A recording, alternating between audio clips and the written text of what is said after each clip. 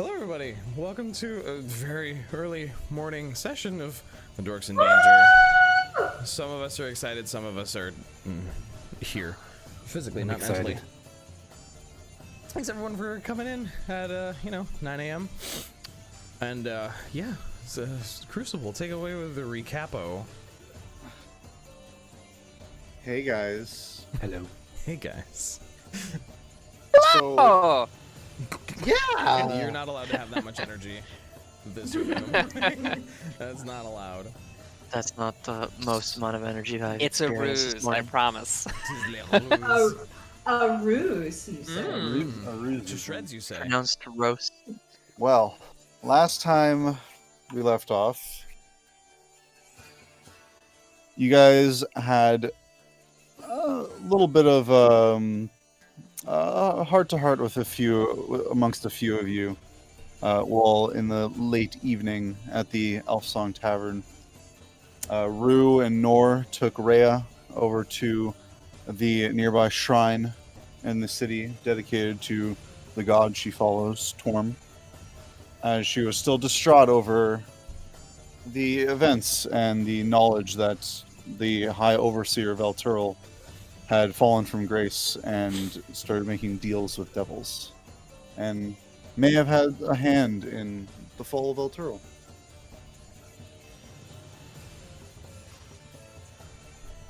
Theraden and Kleeck both also had a bit of a nice chat with some wine, though one imbibing more than the other, about each other a little bit, and Rue and Gasz made a short little trip in the middle of the night to Joplin's, the tea shop that they had visited just a day prior, or 2 days prior, and they discovered the ingredient that was being used in the tea that was giving it its addictive nature, being some sort of a herb named opiomeric.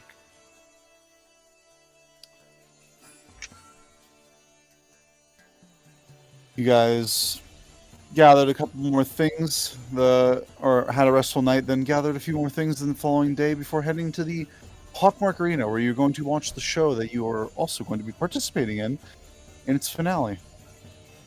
You guys enjoyed a few interesting bouts between various combatants and deadly beasts, some more exciting than others, some seemingly purely for just the sport of watching a bunch of poor, destitute men get mauled by an owlbear. But time came when it was your turn to fight, and you were brought into the arena by and announced to the crowd as the Hell Riders, the name you all chose. And you were shown your opponent, a massive, pinkish head, vulture-like creature with large hind legs and a flowing tail, and you did battle in the arena itself.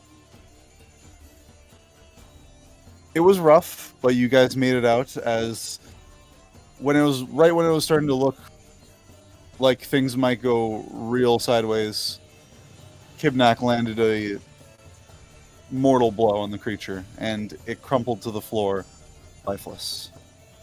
And the crowd erupted in cheers all around you, as just the entire area was filled with the noise of hundreds of, possibly thousands, of individuals just crying out, and you could hear cheers of Hell Riders and just screams of excitement.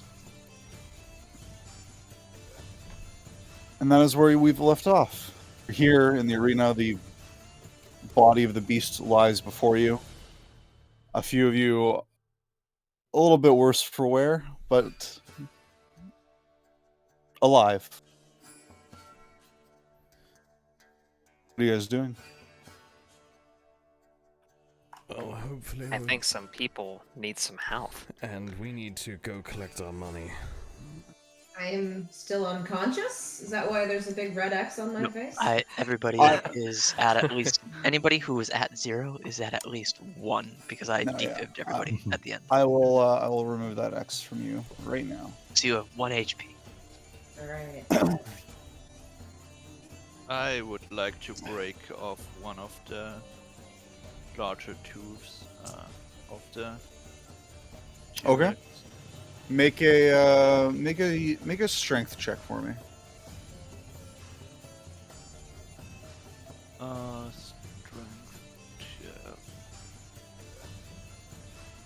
Strength. 16. 16. Okay. It takes you a moment at first. You're like, don't know if you're gonna be able to pull this out, but you firmly grasp it and give it, and give it a. You know, you kind of find one that looks a little loose already, and you firmly grasp it and kind of tilt it to one side and the other, and then give it a good yank, and it pops free. A little bit of blood, but nothing serious, and you have a large, essentially a Tyrannosaurus Rex tooth. T-Rex tooth.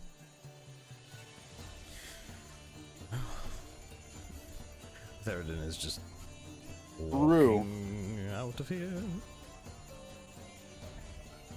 You are battered and beaten and covered in probably mostly your own blood, and have numerous scorch marks across your body.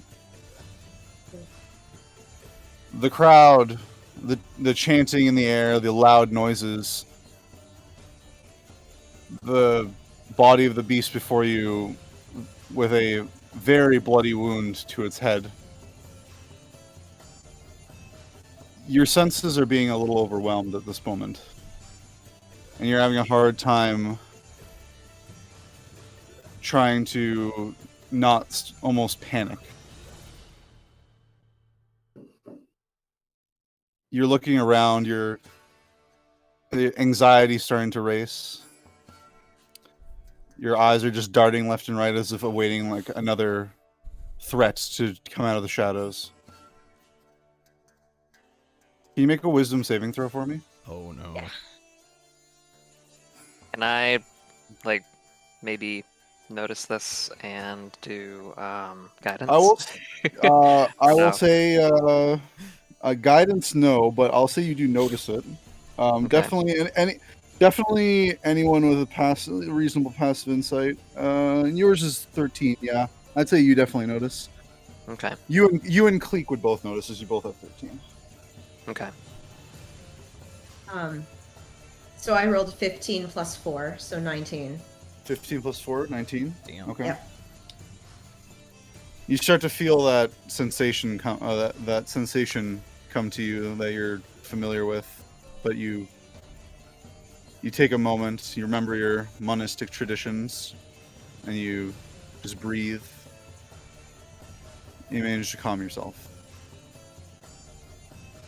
You can You see just- Rhos, she kind of grasps that necklace she wears on her neck with the green crystal and holds it and closes her eyes and breathes slowly. Nor approaches Room, puts a hand on her, around her back, and asks, like, gently, "Are you okay?" I need some space. I think we should make our exit then. That's at this point, Probably all use Kebrin brain. Reds comes back from beyond the gate and enters into the middle of the arena, and just arms outstretched, and then pointing towards your group and bowing, and then simply saying, "What a performance! The beast has been slain. Our champions are here. A great purse won. We hope you all enjoyed tonight's festivities. We all bid you a farewell and a good night. And please, come back for the next show." And then simply bows again to the crowd, doing a nice pirouette in 360 degrees to everybody around, and then kind of subtly motions to you guys that you should head back in. Mm-hmm. Happily. Do so. So Gasz, after being defibrillated, has just been sitting there. He got up, still sitting, but only moved his upper body upright. And he looks around, and even though like everybody's cheering around him, and there's loud voices, and there's this giant dead dinosaur, and it looks like he's perceiving everything like through a fog, like everything seems very distant to him, that it doesn't really affect him. He looks like, just kind of looks miserable, just at this point.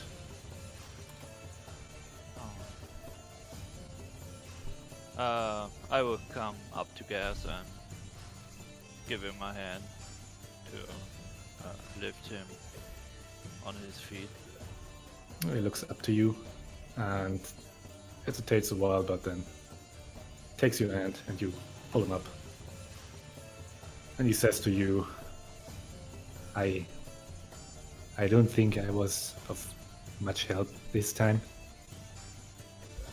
I wanted to be like Pebble, but I suppose I'm not made of the same stuff. I mean, you can't be like a hero overnight. It takes time. Maybe you're right. And he looks at that dinosaur, and looks at you, sizing you up and down. You're probably covered, like, every inch of you is probably covered in dinosaur blood. Pretty much, yeah. Did you kill it, Kip? I gave it a good swing, yeah. But it was a team effort, so it wasn't just me. He looks pretty impressed, looking at you. I hope that I can be more like you, Kip. I will try. You can be your own kobold.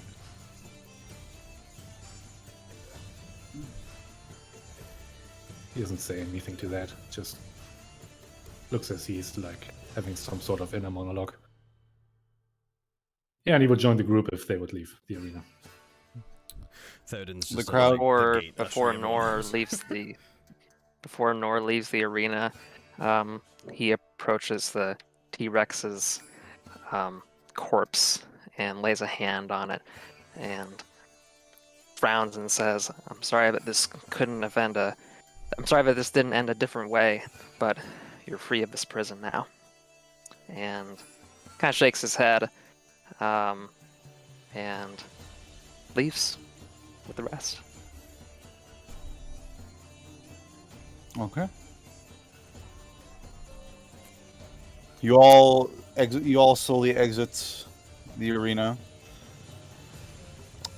The crowd's still cheering in excitement as it starts to slowly fade as you go beyond the portcullis, which closes behind you as Cupboard Reds follows behind.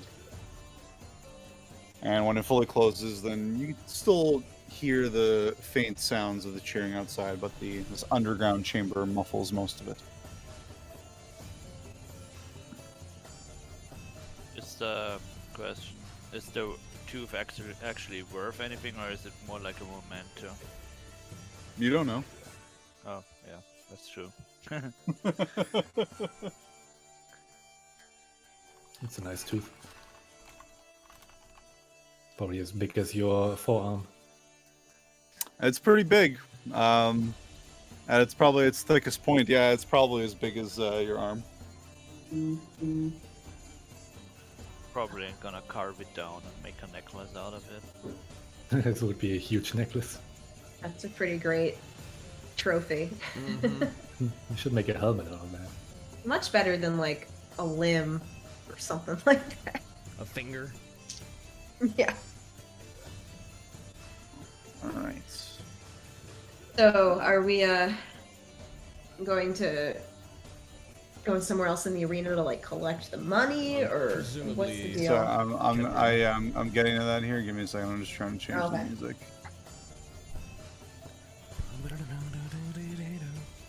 Want a fucking money? Where's the fucking money, Lebowski? Where's my fucking... Oh, I think I saw it down there. Let me try again. I love that movie. It's a great movie. Big Lebowski, man. Oh, perfectly timed there. Thanks. All right. Kebrin approaches you all, and just giving a nice slow clap. Well done. That was quite a show. I didn't think, honestly, you could do it, but good on you. I'll have to find another creature for our final bout next time. Had that one for a while. Most people wouldn't fight it, or they would just kill them. Well, we must be made of something quite strong then.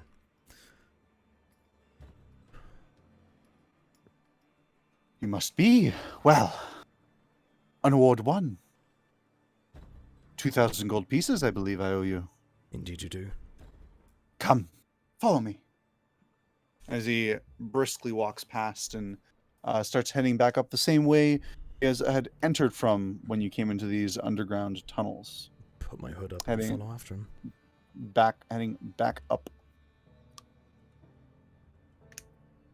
You can see now there's a bunch of people here milling about as well. Again, it's quite busy as it seems sort of takedown and cleanup preparations are on the way, or underway.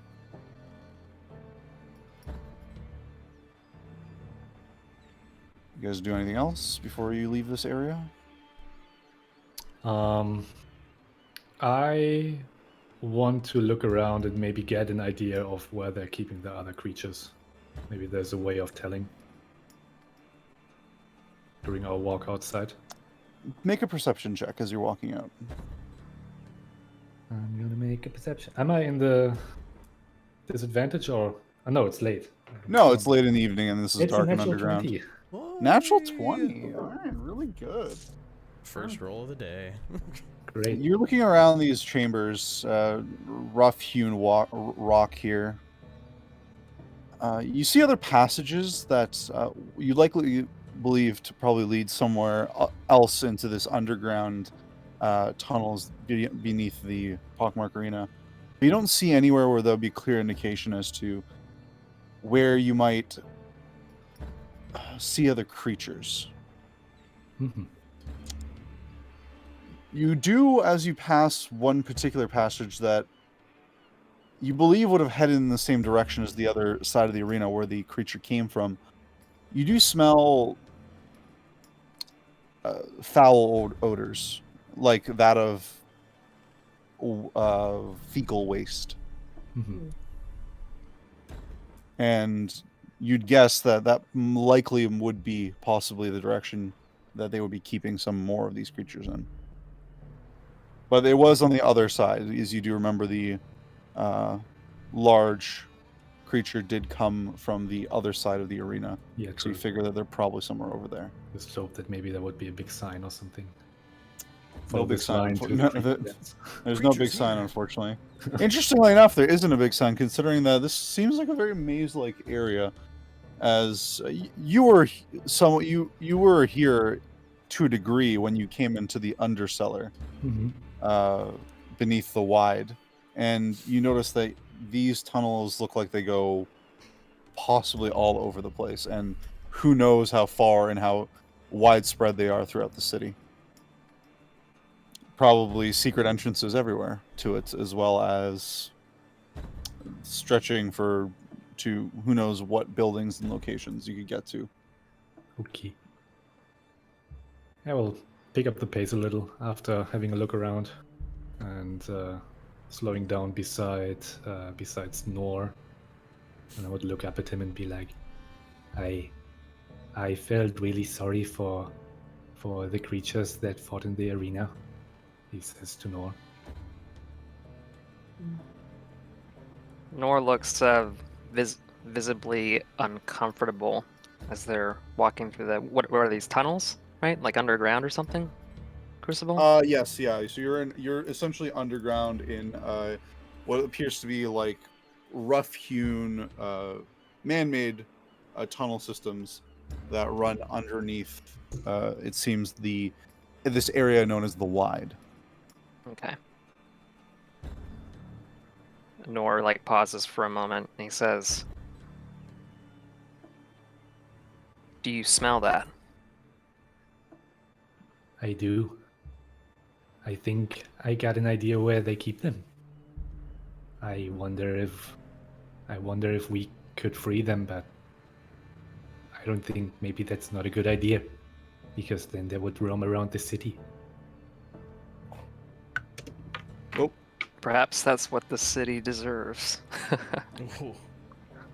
Nor grows quiet again, and then he says, There's pain in the air. There's fear. I can smell this too. This is a terrible place." Gasz gives a nod.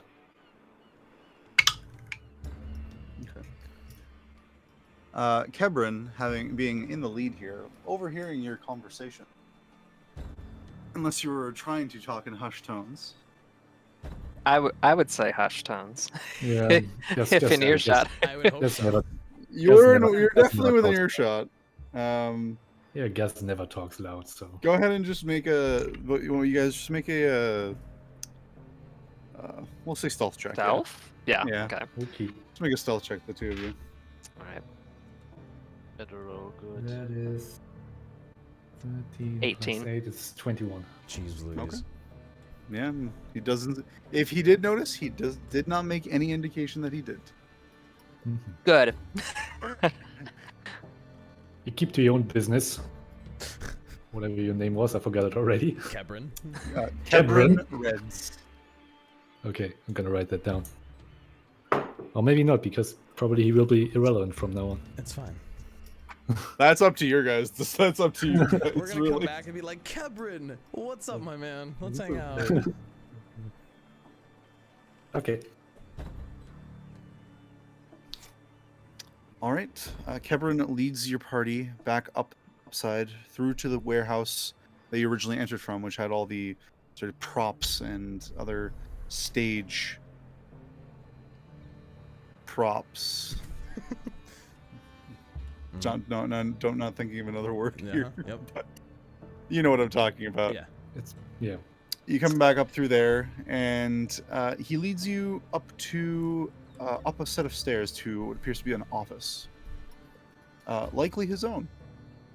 As you enter, he simply goes over to what appears to be some sort of large metal. The best way you could think of it is a cabinet of some sort. Very big, likely it must weigh a ton, maybe an actual literal ton. And seems to mess with some sort of contraption, a complex mechanism on the front of it. While he does that, is there any open documents from him, maybe with a signature on it, on the table or somewhere around? Make a perception check. It's a 22. 22.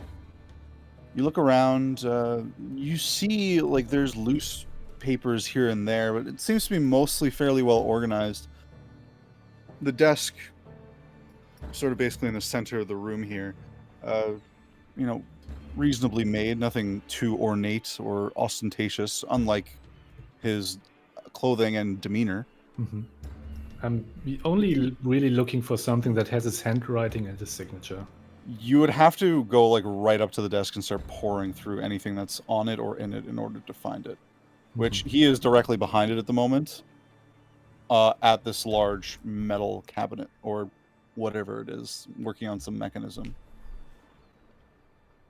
Yeah, I mean, I would So certainly try to just make it look like I'm just a very curious little kobold, just poking my nose in things.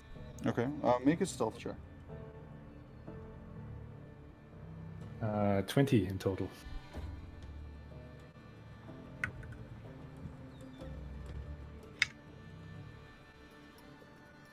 You go up to, you kind of, start meandering around, walking here and there, and slowly kind of inching your way towards the desk. And you start trying to peer over at some papers you notice on there, and you catch some writing in common, but you can't quite read it yet. And just as you're about to get close enough, Kebrin just says out loud, I wouldn't do that. Oh, Nothing of much import there, to be honest. All the important stuff is kept a little bit more secure than that. oh, I I'm very- appreciate the effort, though. What is this man's perception? Gus looks confused. Oh, I was just looking. I'm sorry. No problem. I'd appreciate if you keep your little hands close to yourself. Now, and as you hear a loud click, he opens this large cabinet or container, opens like a door. It's a safe, but there's no such thing really as safes yet. Mhm.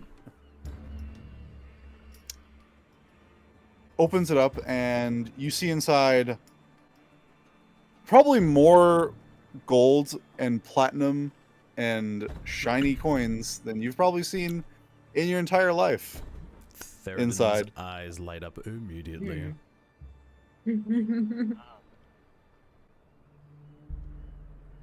He quickly grabs a large sack as well, and then another, and shuts the cabinet itself, and then it locking again with a loud click, and places the coins heavily on the desk. The sound of clinking metal inside, almost obnoxious. Well, here you are. 2,000 gold pieces. Congratulations again. I appreciate that you put on such a good show in my fine little venue here. I hope you come back soon. We do these monthly. I was a little worried about this time, considering the lockdown the city's in, but I suppose that a little bit of bloodsport has always attracted people, regardless of situations. Barbaric recreational activities always do. And Theraden just starts picking up the bags of gold to sort them for everyone. Oh, I agree. It is a little barbaric, but such is the nature of our kinds. Many people. This is something that many races have partaken and enjoyed. I don't necessarily take any perverse pleasure in it, but it's profitable. I'm sure. Well, Mr. Kebrin, I think we shall take our leave, unless there's anything else. Crucible. Can I make like a perception, or what would it be, like an investigation check to like casually look around to see if there are any keys in his office? Make a perception check. Perception check. Okay. Perception check. Prescription check. Or prescription check. Oh, very fun. Natural 1, and that's going to be a 6. Heck yeah. Looking around, you're like, Well, No. no keys. no keys. It's an office. What's a key? Kebrin eyes you at your remark after your remark, and said, "I could see you probably have a little bit of perhaps animosity towards me and how this is run. I think I know your type. Don't worry. The creatures we have here are, in most cases, nuisances, and have posed great threat to either the city or its surrounding lands. Or they were purchased from much worse places. They're treated fairly well here, and these types of creatures, what they enjoy is killing. So, they're not in any, per se, displeasure. Yes, I wonder what could have made them so hostile towards you and their captors. Well, some of them come from interesting places. I noticed. And they are monsters. And monsters generally do have a certain proclivity for trying to murder everything around them, but That they do. some of us deal with it in different ways. Rue's kind of like standing at the back of the group, and her head still hurts a lot, but she's kind of taking in this conversation with a little bit of interest. And Such is why these creatures do not belong in a place like this. Well, in many cases, the places where they belong are a little far away. while they're talking, can I do like a perception check as well, stealthily look around to see if I can see Any I guess keys? Yeah, I'll go for keys. Sure. Yes, come on. Go ahead. Check. Go ahead and Do make a it. perception check. We are not letting monsters loose in Baldur's Gate, please. For the love of everything. 17 plus 4, 21. Oh, my lord. You look around and you kind of catch Nor as he's trying to almost look around as well, and you pieced one, two, and two together, and you're like, okay, I think you know what he's looking for. You start looking around yourself. Even with a much more thorough and careful eye, you don't notice any keys or anything of the nature. Just a small seating area, basically the desk, the large vault, and that's about it. There really isn't much else in this room. And nothing on Several Fred? rugs on the floor. Does he have like any keys on his belt or anything? Even looking at him, if he does, they're hidden from plain sight. Okay. You wouldn't be if he did have them. He must keep them on in person somewhere. Would I notice what the group is intending to do, or would be I too dumb?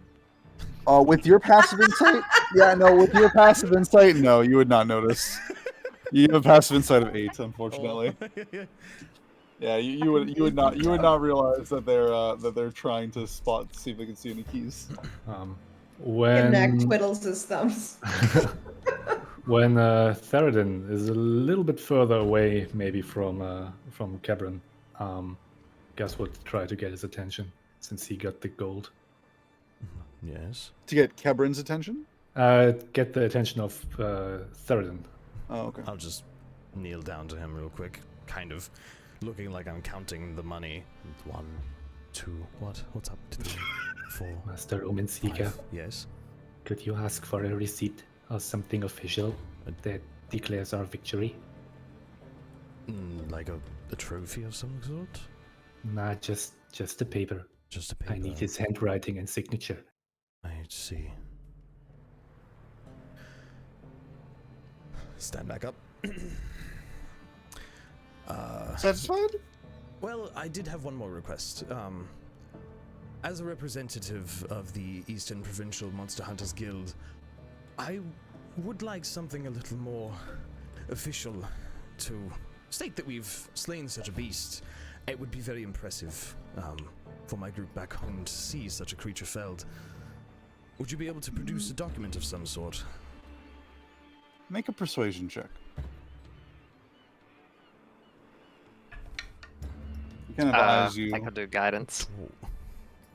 He already rolled. 21. Oh, come now. But also just keep in mind, guidance is a very obvious thing. It is. It's like, To you touch me on do. the shoulder and say words and. Oh, Yeah. I do? Words? Okay. Yeah. I think is Boy. it verbal and it's verbal somatic? and somatic. Okay, yeah. So it's very obvious you're casting something. But I rolled a 21. 21? Okay. Kind of eyes you. Well, generally the acknowledgement of the people is enough, but Well, these are not my people, you see. I'm not from here. fair enough. Give me a moment. Why don't you wait outside? Sure. Come on, everyone. Let's wait outside for a moment. I have money to sort for all of you. Just kind of shoot him a glance and start walking toward the door. Okay. I guess it's following. You guys wait outside about 5 minutes. 10 minutes. Then he comes back out. And he has a piece of parchment in his hand and simply hands it to you. And in short, it states that basically that you guys, the Hell Riders, participated in a contest of strength, courage, valor, and a test of fear, and overcame it, defeating this large creature. And it is signed Kebran Ritz. I'll just take it from him and give him a nod. I appreciate it, sir. We bid you farewell for today, I think. Some of us need to rest quite badly. Yes. Well, again, thank you for participating.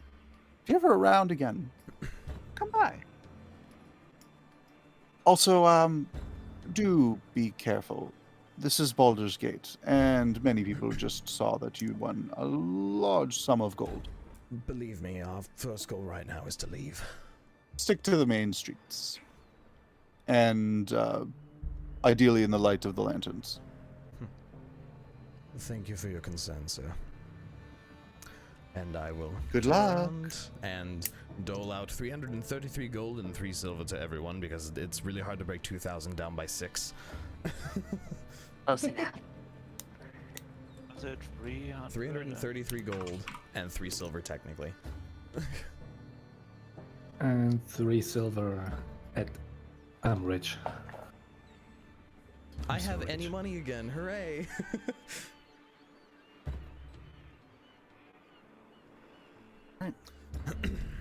Gasz is carrying where you around guys more headed gold to? pieces than he's weighing. You guys exit out. It is getting late in the evening now. The sun has fully set. You're sort of out just outside the warehouse. It is quite busy out here as you see numerous workers packing things up and just getting things cleaned up after the show. You can see a few of them heading towards the arena still, or into the arena from various entrances. I'm just going to look at the group and go, let's head back to the inn quickly, quick as we can. We don't want to be out on the streets at night. Agreed. And some of us are still very wounded. We need to rest and get our strength for tomorrow. Okay. And I will hand, after we're well away from the whole arena, I will hand Gasz the parchment. Before that happens, Uh-oh. as you guys are leaving the main arena proper, you kind of go through the main sort of like entrance way. It's a wide open spot, but there's a lot of people pouring out right now.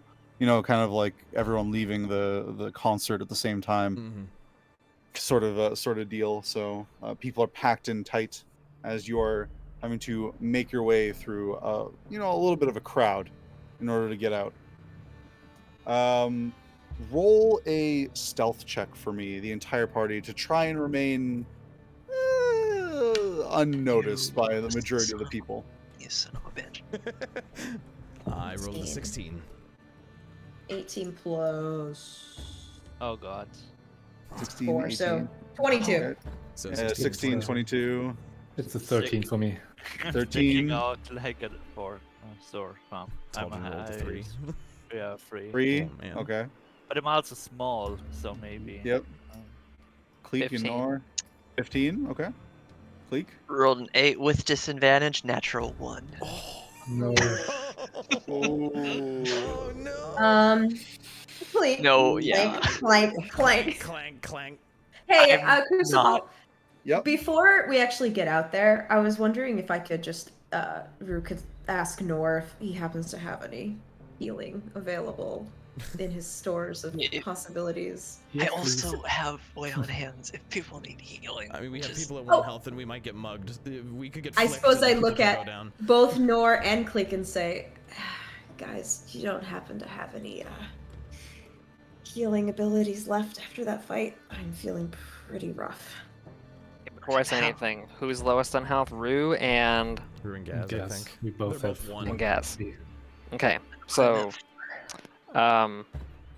Nor looks to them both and beckons with his hands and says, "Come, gather around me." Gus immediately follows that order. Yeah, I'm joining in. He puts his arms, left arm around Rue and right arm around Gasz. And how would this work, Crucible? Like if I were doing Cure Wounds, would that be like 2 casts for 2 characters? Yes, it Okay. is a cast per It's character. a single target. So. It only works on a single target. Okay, so I'm gonna do my last 2 slots, 2nd level for Cure Wounds for them both. Nice. Okay. Thank you. Okay, so let me see how much that is. Hold on. I'm gonna use 10 of my lay on hands on me. Could we get everybody's avatars on the board here so I can see? I don't know. Just seems like everyone should be on the board. I'm on the board. You're on board. I got hit like none at all. You are hiding behind a pillar. I'm a caster, man. I'm a fragile boy. I didn't even get hit at all. I didn't even get hit at all. Don't fucking test me, book boy. Don't test me, book boy. Wow, it's amazing. It's like these monsters are total pushovers. Okay. Are you guys good with that? I'm going Okay. to, just real quick, snap, poof. Aura appears on my arm, and I'm going to send her flying above us, just scouting above us for anything weird and people like beelining towards us. Okay. Make Have her warn me. make a UAV check for me, aka perception. I'm sorry, maybe I UAV missed is that, online. but He's gonna kill someone. maybe I missed Owl's that. gonna But kill 3 people. how much health do I get back? I probably missed that. Mr. Nor. Nor's the one. Mr. Mr. Nor. Nor's no Yeah, Nor's rolling gonna that. roll it. What were your Yes, nice rolls? I did my rolls. With my 2 numbers, do It's one for each. You have Gasz to roll and separately. yeah, I did, but like, do I need to like, can they choose which number they want, or do I have to like I don't do it in care. a certain order? Or whatever. That's your choice. I don't care. Okay, so I got come 15 on. and 12. mean- How much health do you have? They're both Rhos? at 1. No, how much total? Regularly, I have 31. Okay, I'll do the 15 for Rue and the 12 for Gasz. Thank you. Thank you so much. I rolled a 14 for my adorable little UAV in the sky. 14. All right, I'll keep that Also, in mind. real quick, I'm gonna put 5 health back into Kibnaak as well. Do I also get 5 health from you? If it helps, I wish I could give you more, but I can't. I'm running low. If it helps, Okay. The bird does have 120 feet of dark vision. Got it. I Gasz- can do more Cure Wounds casts. I have Fine for level now. 1 slots. It's fine. I also still got a healing potion somewhere in my bag. Hopefully, we don't get mugged on the way back. Or maybe I don't. Maybe there was a different game where I have a healing potion. If someone does, I add them to my body count.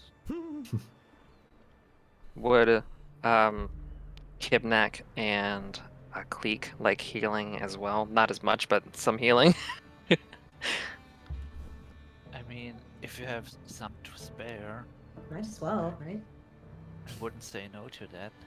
Okay, I'll do the same thing, but with tell them same thing. Gather around and huddle up with Kleeck and Kibnaak.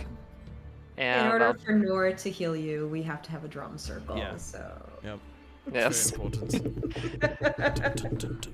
so I'll do Cure Wounds. So let me see what that is real quick.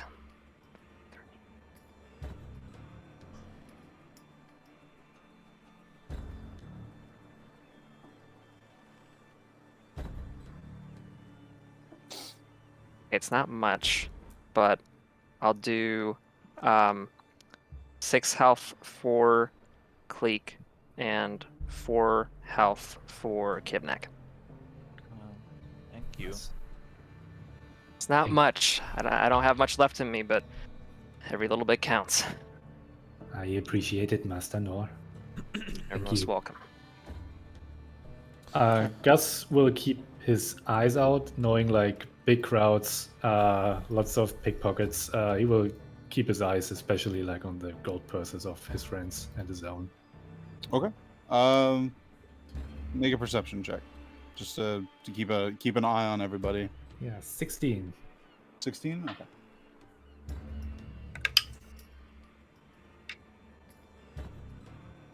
You guys good? Back to the Elsa. All right. You guys make your way through the crowd. Keep trying to keep as low of a profile as you can. Rue. At some point, as you're kind of trying to keep close to your friends, you guys are kind of like almost having a hand out on each other's shoulder, trying to stay together. Someone kind of bumps into your shoulder and just stops right there next to you. A hood over their face. You hear a male voice speak out to you,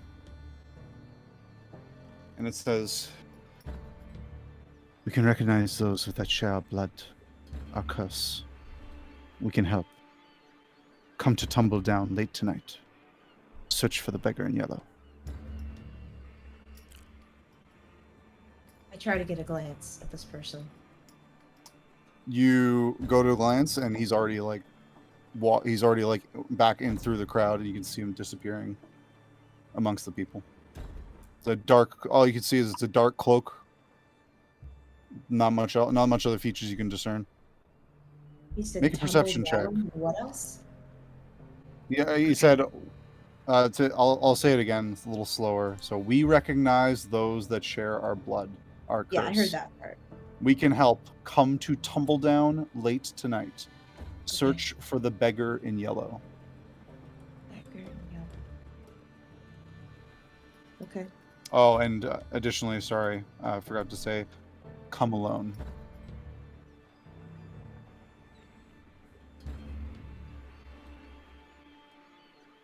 My perception was 15. 15? Mhm. And you couldn't get any visual on what this person looked like, or even their race, or any features. But they had a smell about them. A somewhat familiar smell to you. Reminded you a little bit of your parents.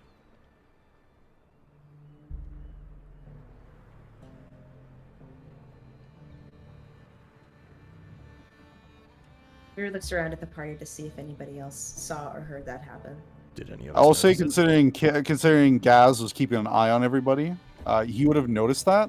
But Gasz, you'd see that the person made no attempts to reach for, Yep.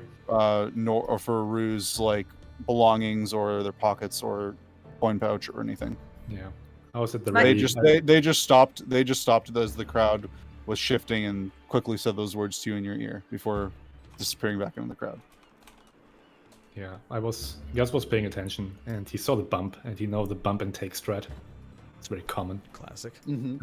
But since he saw that his hands were empty and he didn't take a coin purse or anything, he Just would not use- reflexively, Rue also puts her hand on wherever she keeps her coin purse, and assumingly it's still there. It is still there at this time. So yeah, Gus doesn't interfere. He would just like think it's just a bump. Okay. Just a bump.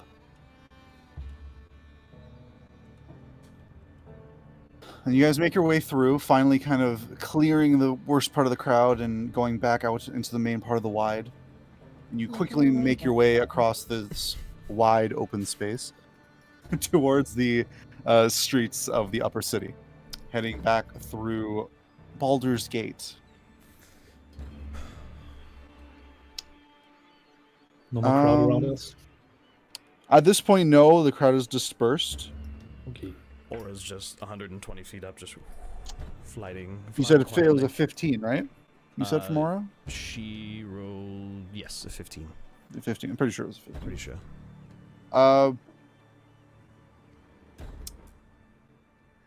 Aura does notice a pair of individuals that seems to be kind of trailing you, some 50, 60 feet back through the streets.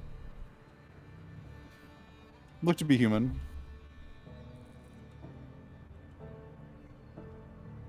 kind of glance over my shoulder.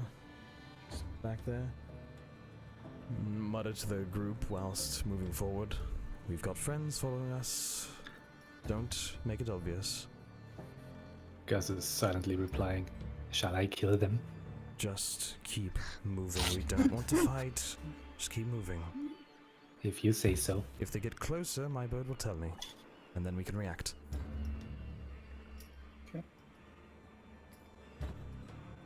Are you guys trying to just keep walking normally, or are you trying to lose them? I'm trying to or speed you... walk. Okay, so just moving quickly. Got it. Moving fairly quickly. I'm trying to get back to the tavern. Okay. You guys sort of make your way through the streets as best you can, making your way through you make it through the gate and into the lower city now. As you enter into the steeps. And then slowly you make your way into the Heapside district. So at that point, you kind of round a corner, and a new it's follower. Reasonably lit path. There's between some homes. And you stop as you see 3 individuals come walking around from an alley further in front of you, and just stop and stand in front of you, blocking your path. One of them, a burly-looking man, bald head, speaks up. My, that was quite a show you put on for us. Good We evening, want to gentlemen. stop and say our appreciation for so much entertainment. Is there an opportunity to hide somewhere? Can Just I run can in I the shadow? insight check on him as soon as he pops right out in front of us? Sure. Inside Just check. kind of his intentions, body language, whatever. 21. 21? 21? Yeah, he's clearly looking to, clearly, pretty much it's pretty obvious that, yeah, He's about to mug us. they've been following, they've had people following you, and they're here for something. But you do take note that these don't appear to just be like normal everyday, muggers or robbers. These guys look a little more serious. Much more serious than you would have expected for attempted robbery in the streets. Even knowing that with your sum of gold, it seems a little odd to you. Kleeck is hand on the hilt of his sword, steps forward and says, "It was a good show, sir, but it's quite late, and I think we could all use some rest after that much excitement. Besides, it's quite obvious the conversation we're about to have. You've let us get our second wind, and you saw what we fought. Do you really want to do this right now?" And I don't know if you want me to make a persuasion check to Or intimidation. to intimidation or whatever. Yeah, you can try and make an intimidation check. How about a 22? 22. Pretty good. He kind of, eyes you up, and you can tell that definitely reconsidering, but speaks up again. I was quite the creature you felled, but got a job to do. Now, why don't you hand over, some of your more valuable belongings. Take some of that gold, too, while we're at it. I'd recommend you remove yourselves from our path before this gets bloody, gentlemen. And I'll thunk my staff on the ground, and my hand just kind of lights up in green fire. You can Same, tell, I'm you gonna, can tell like- immediately as you thunk your staff, he's eyeing that staff in particular. Oh boy. I Down would my stick. I would be too tired for this shit and just do a deep sigh and then just swing my axe at him. You'd be How too far far away. away You are guys we? are. They're like you Okay. at this point. So at this point there's, you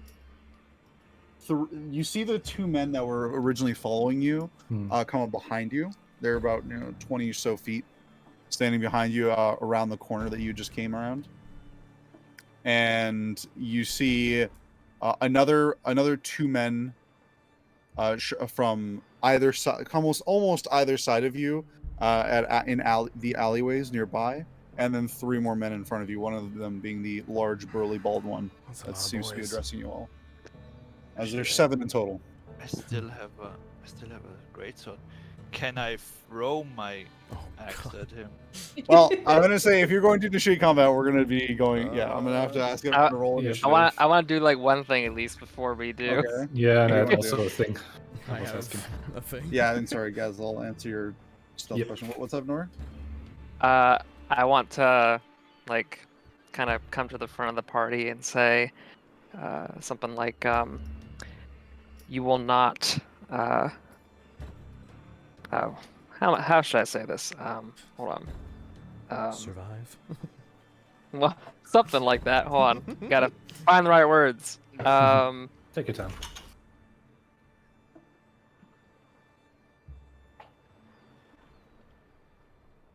You will not visit violence upon us unprovoked. And I want to do thaumaturgy, and I guess since it's kind of like an at-will thing, I guess I cast it twice because I want to do like It's My instantaneous eyes. cast, so okay. okay. So your So I eyes want- go like black.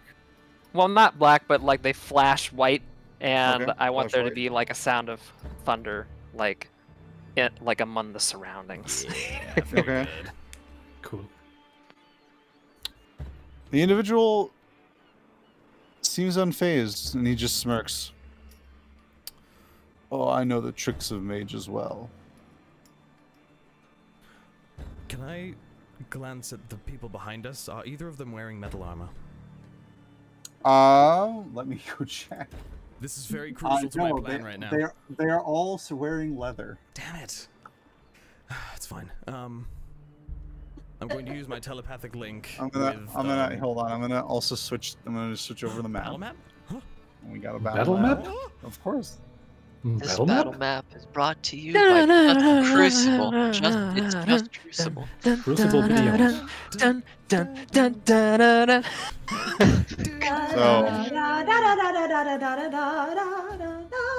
You guys will be basically anywhere Sandwiched. in, I'd say this space. Actually, a little bit less than that. Sorry, hold on. A little bit more like this space. Can you guys refresh me a little bit on what it is to hold an action? So you can Like- you can state an action that you want to do and the trigger you want for it. So I can say I'd like to hold my action to attack someone when they come in range. That kind of thing. Can I do that, Crucible? Can I have Rue just like twirl her staff and like get it at the fucking ready and snarl? And if guys anybody aren't- comes in range- You can do that for your turn, but like there's no surprise action. Like they're ready and they're waiting for you. So there's no like opportunity to do like any sort of actual action before we roll initiative, unfortunately. Yeah, I Gotcha. was about to have Aura swoop down and do a spell real quick because I have telepathy with her. I don't have to do anything to make her do spells. Okay. So I will need everyone to roll initiative. Oh boy. Shoot, which dice do I So use? Let's use this one. yeah, about my. Oh, and sorry, Gasz, you were asking about stealthing. If there was an opportunity, since we know we were being They followed- were following you, and they had eyes on all of you. I would say you would not have been able to stealth before combat because they were keeping a good eye on you, and by the time you were fully aware of them, they were already surrounding you. Okay, So you would not have had an opportunity to stealth, unfortunately. that's fine. About the axe throwing thing. I guess that. I mean, yeah, you can do that. That would be for your turn. You can't do it like preemptively because We again, don't have a surprise.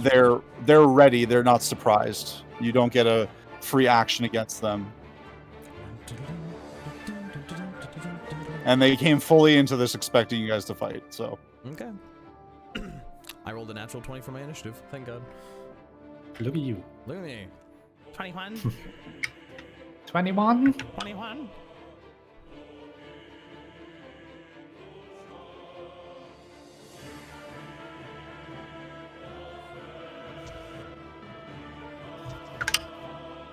Okay, sorry, I ran to the bathroom. I'm back.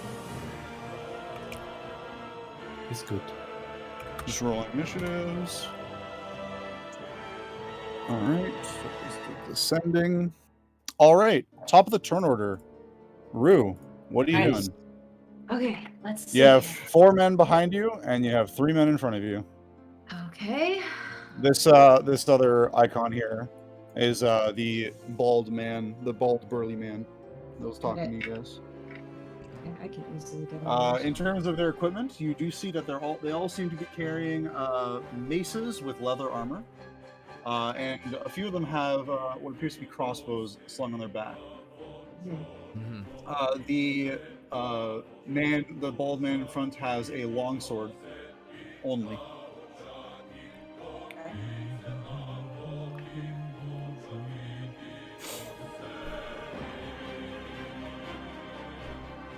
Get rid of this square now.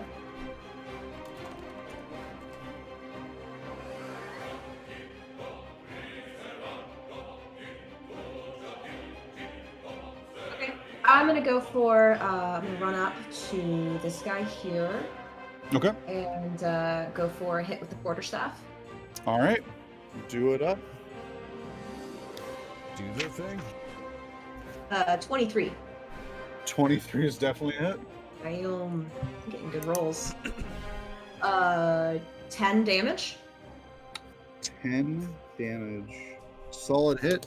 You kind of give him a swift crack to the stomach, and he kind of recoils, almost like coughing as the air is completely like pushed out of his lungs.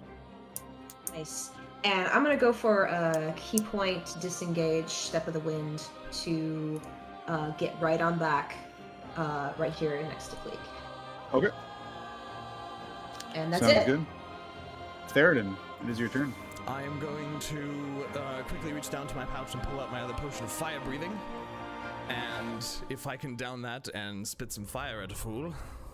Yeah, imbibing a potion yourselves is a bonus action, so feel free. Okay, I'm going to whip around and I'm going to spit out a gout of flame at this one back here. So he needs to make a dexterity 13 saving throw. Which one, sorry? This man here. That man there. All right. Saving throw. Dexterity, you said? Yes. That'd be a 10. Pretty sure that fails. That fails. Oh, come back here. That's 16 points of fire damage. 16 points of fire damage. Just a fireball comes flying out of your maw and hits the man square in the chest as he just kind of goes to the ground, starting to pat out flames. He's yelling in pain as it licks up his skin. I'll just move myself behind this wall here, slightly into the alleyway to take cover. Okay. That is my turn. Alrighty, Gasz, it is your turn. Okay, I'm gonna stay where I am, and I'm gonna use steady aim to shoot my hand crossbow at this guy over here. Got it. All right. Take so your that shot. gives me advantage. All right. Oh no, double eights. That's a 14 hit. 14 hits. Nice. And roll me damage. 6 plus sneak attacks. Fucking love this game, you guys. Ah! I'm so happy to be playing this game with you people. Thank you again so much, guys, for waking up so early to play. That's fine. I'm drawing gloves. Well, not you, hand. Germans. I'm really early.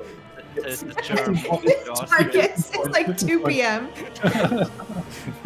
4 p.m. Points of piercing damage. 15 points of piercing damage. You fire a crossbow and gets square in the sort of like the right beneath the collarbone. and he just like yelps in pain and grabs his chest as he's clutching where the bolts pierced.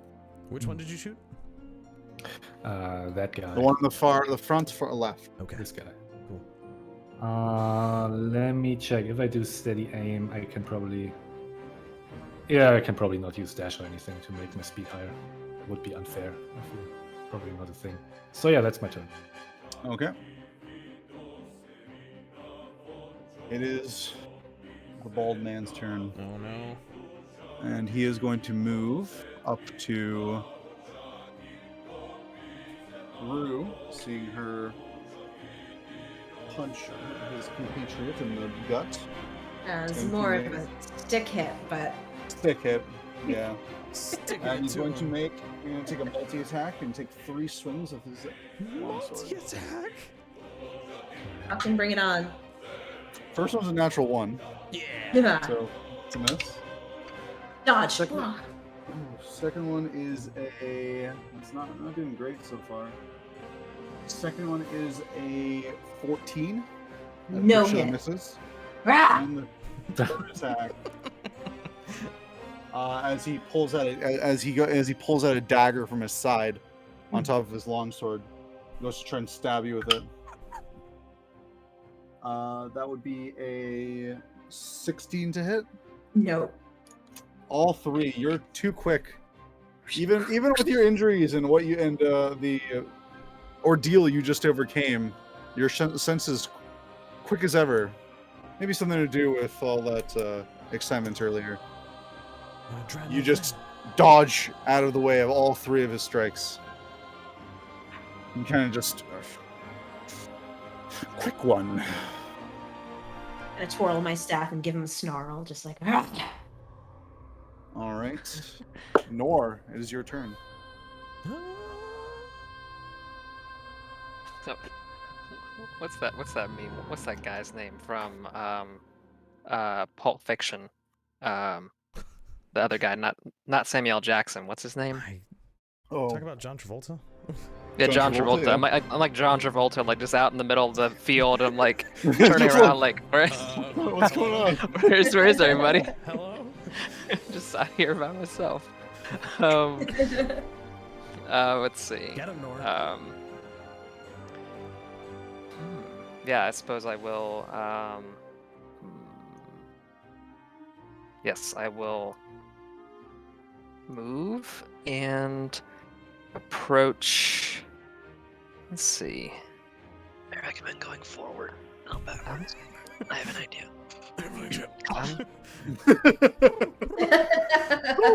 metagaming pigeons here.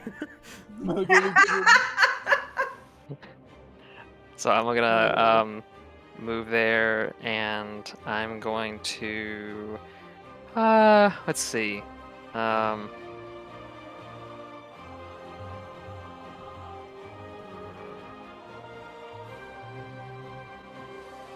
I'm wondering if I should save my last cure wounds. I probably should.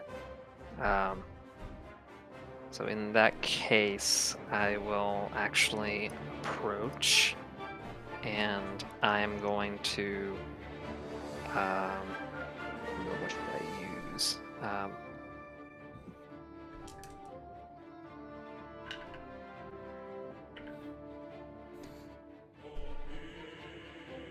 I'm going to use my. I'm going to do Shillelagh and use my quarterstaff. Okay. Which one are you striking? The The man. pirate dude. Pirate dude. All right. Go ahead and give me an attack. Go ahead and give me some attack rolls. Right? Or attack roll, I should say. It's not rolls plural yet. To hit was 22. That hits. Okay. Let's see how this goes. 5. 5 points Hit of points. damage. Mhm. All right. Anything else? I think that's it. Mm-hmm. Alrighty. Kleeck, it is your turn. Kleeck unsheathes the sword, puts his shield on, and says, "My friends don't have time for this. They could really use a rest." And he'll turn around and I'd like to cast Ball of Fire, please. Oh yeah, baby! Using the shield? Okay. Using the shield. Right about Go ahead and draw. Here. Go ahead and draw your wall of fire. 5, 10, Yeah. 15, 25, 30, 35, 40, 45, 50, 55, and Burn down Baldur's Gate. it is going this way. Is the damage? Oh, that changes my Okay. strategy. That's great. Is that damage happen now or on their turns?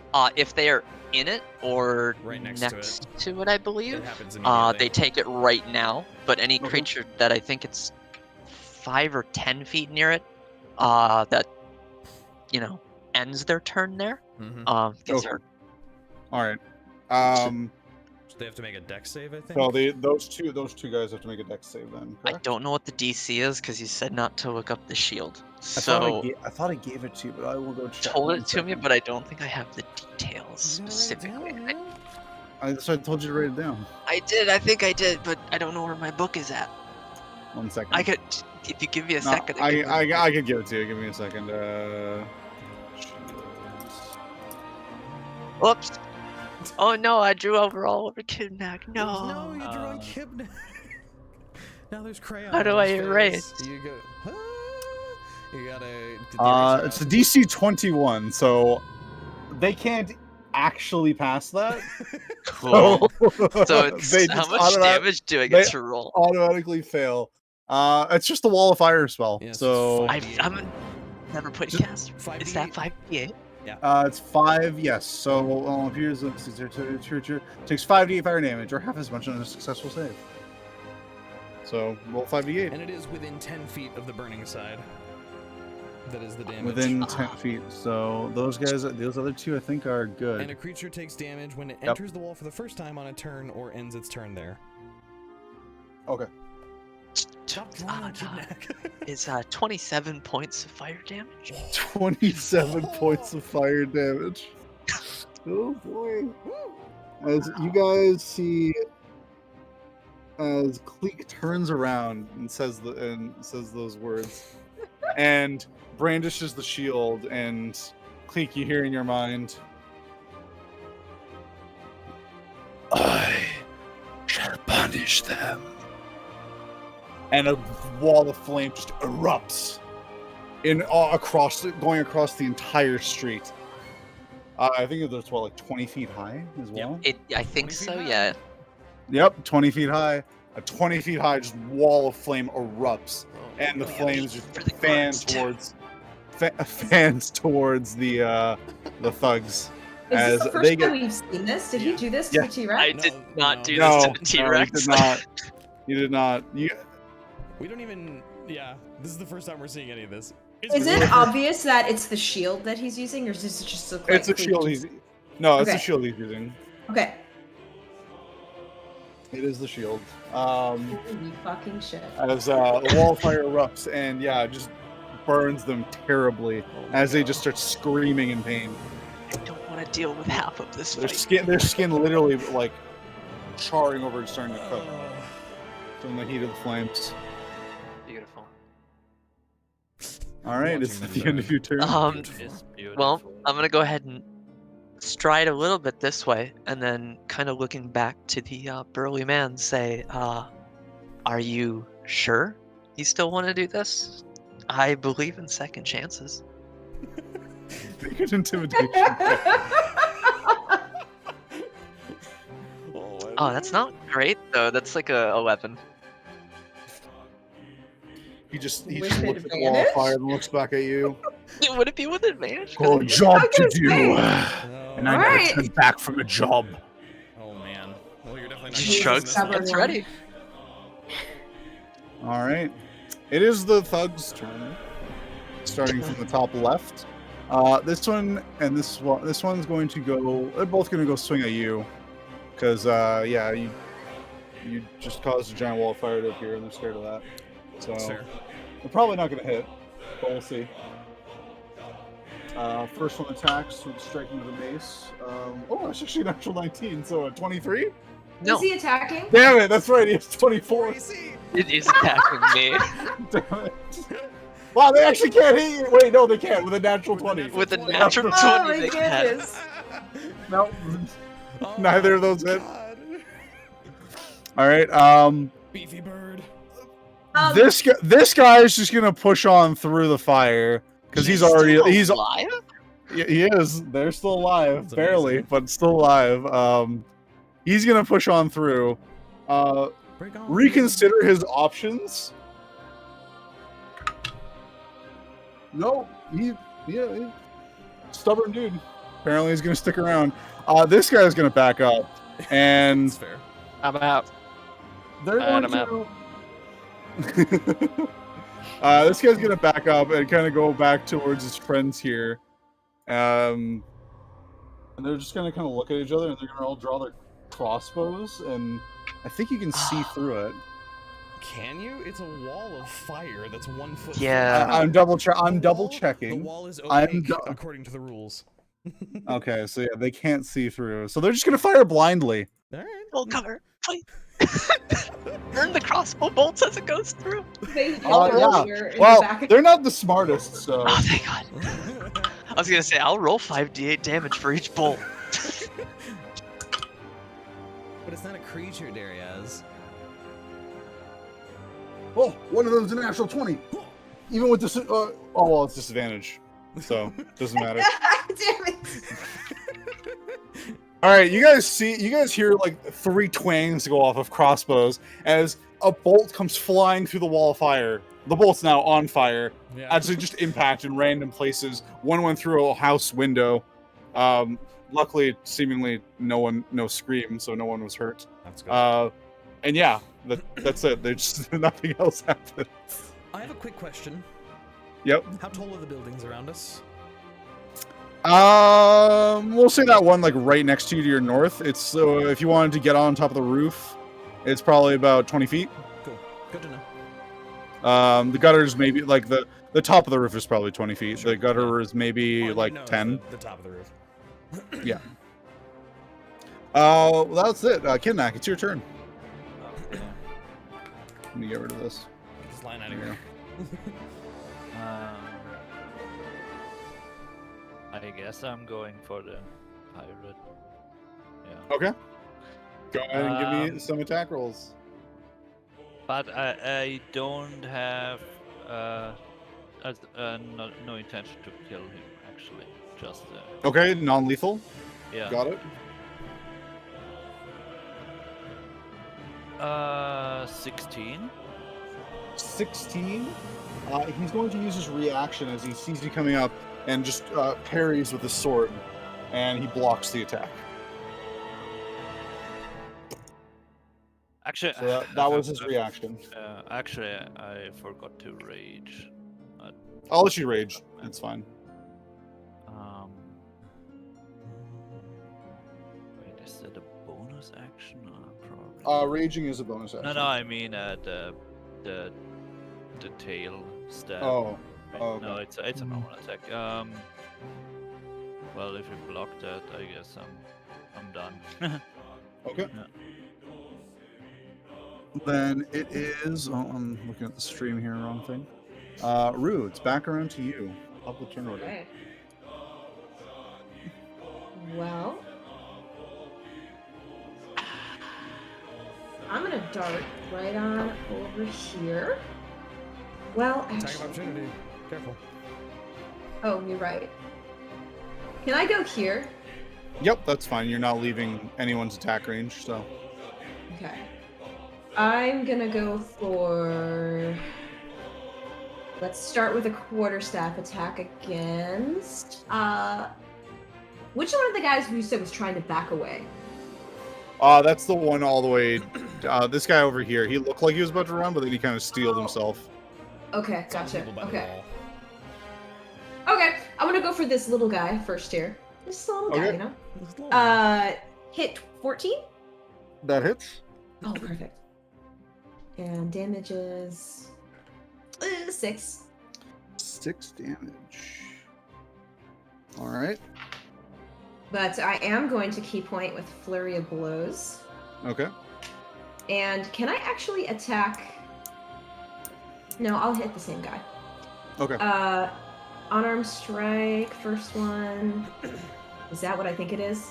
Oh no, it's a 2. It was almost a natural 20. An 8. 8 unfortunately misses. So sad. Okay, let's try again. Oh, Jesus Christ, 12.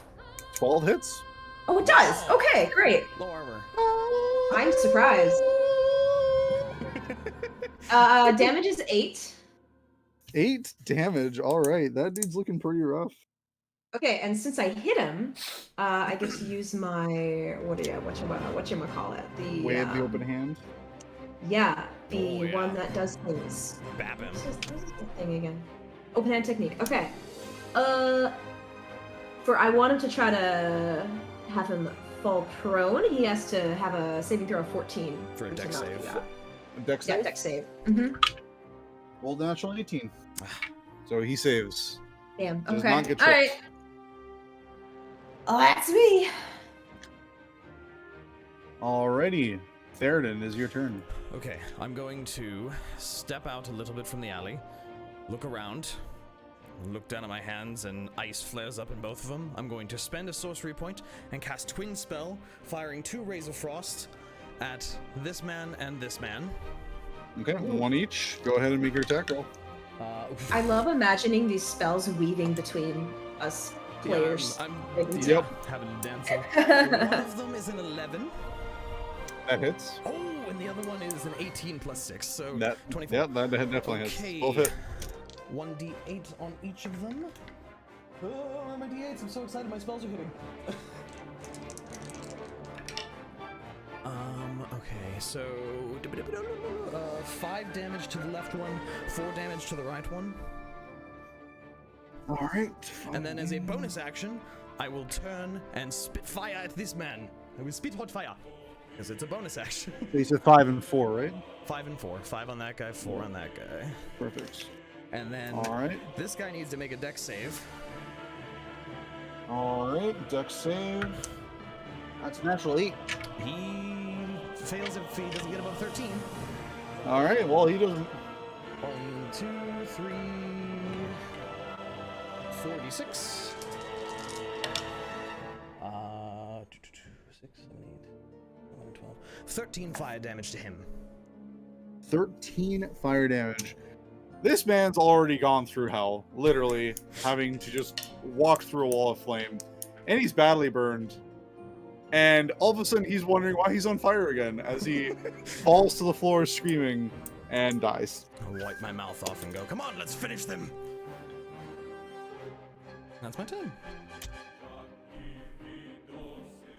Alrighty. You start to notice now that wall of fire. It's pretty hot. And, yeah, some of the buildings are, in particular this one over here in the bottom left, Uh-oh. seems to be catching on fire a little bit. Uh-oh. I can't believe Gasz would do that. What? What did I do? You set the building on Blame it fire, I on them. can't believe No. it. I'm so sorry, I didn't notice. He's too bad. Alright, guys, it's your turn. Okay, I'm gonna set more things on fire. I'm gonna move up to this guy. I'm gonna give him a stabbie with my short sword. Stab, stab. Okay. With advantage, you get your sneak Yeah. attack. 24.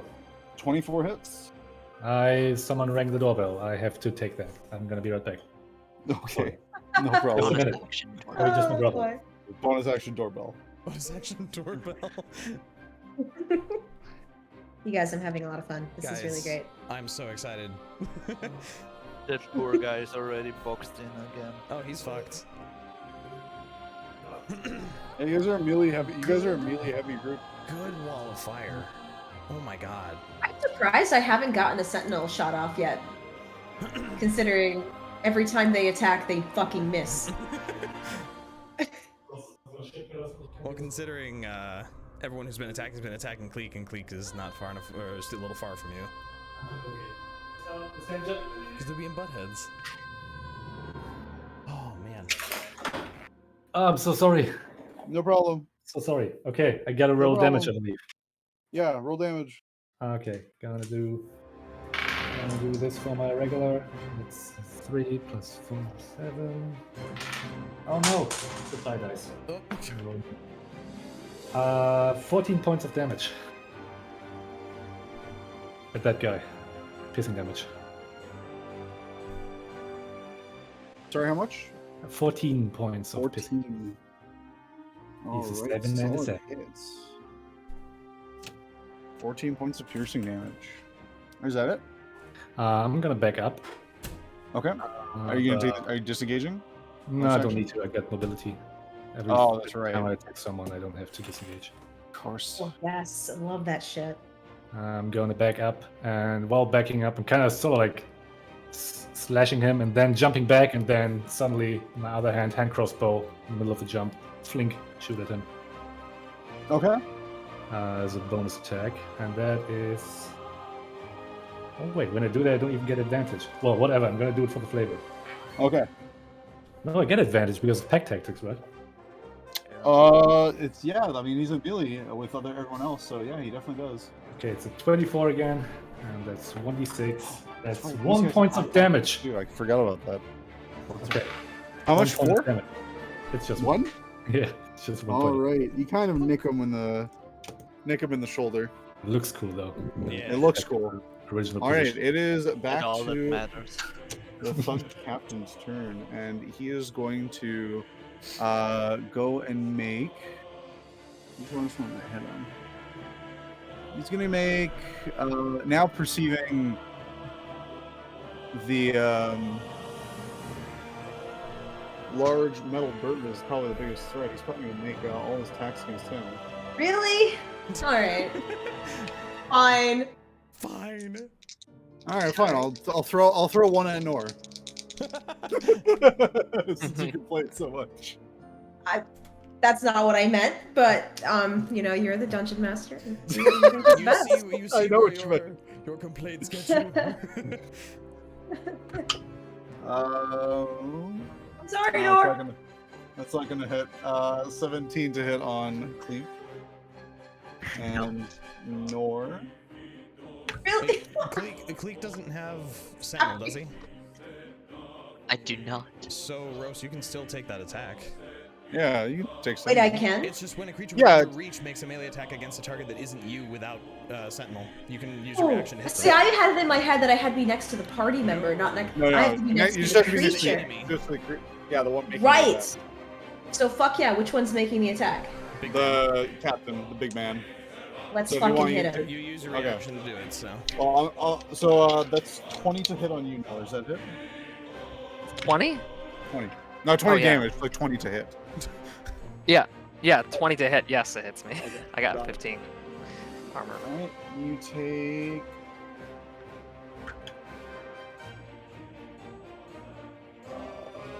You only take 4 points of slashing damage. And then go ahead and make your attack, Rue. Okay. I rolled a natural 20. That hits. Yeah. Does that mean I get to do Double your dice. double the damage dice?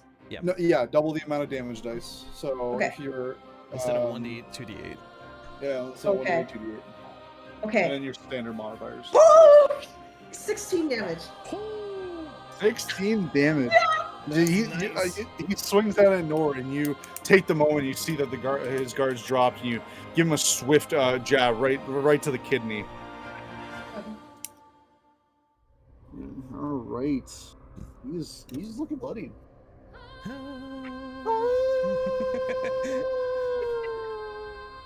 All right. With that, he's going to spin and take his third attack on you as he spins around with his dagger and goes to take a stab at you. That's a natural 18 for 23. Pretty sure that hits. On Me? Rue? Rue? Yeah. Yeah. 23, yes, that does hit. Okay.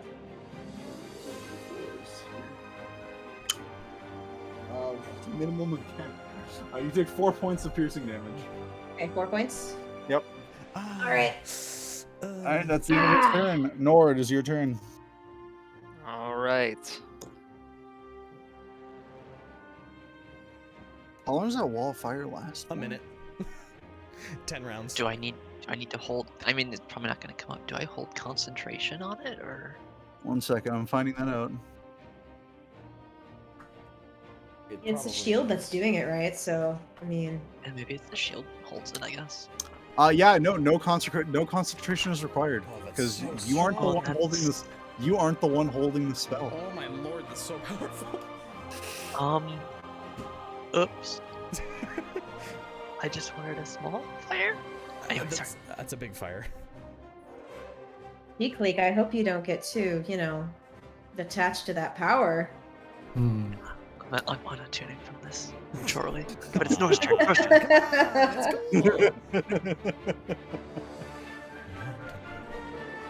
All right. I'm gonna do Cure Wounds on Kleeck. Reach out, like Me? yes. I want to like Reach place out the and touch palm of my him. hand like on his like the what do you call it, the center of his back, and he gets 10 health back. Nice. Oh, thank you. Nice. Very good.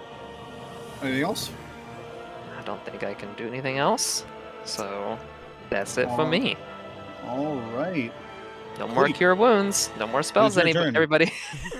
Oh, no. The fire still rages. The house burns. I have a really bad idea. Cool. I'm into it. Are those guys down there still firing pot shots at us? You don't know. I mean, you saw them shoot one. You saw 3 crossbow bolts come flying out of there, and then that's it. Because it's opaque. You can't see through it. Oh, yeah, not even night. that's true. I So- wouldn't really know. You wouldn't know. Then in that case, let me read this description so that way I know.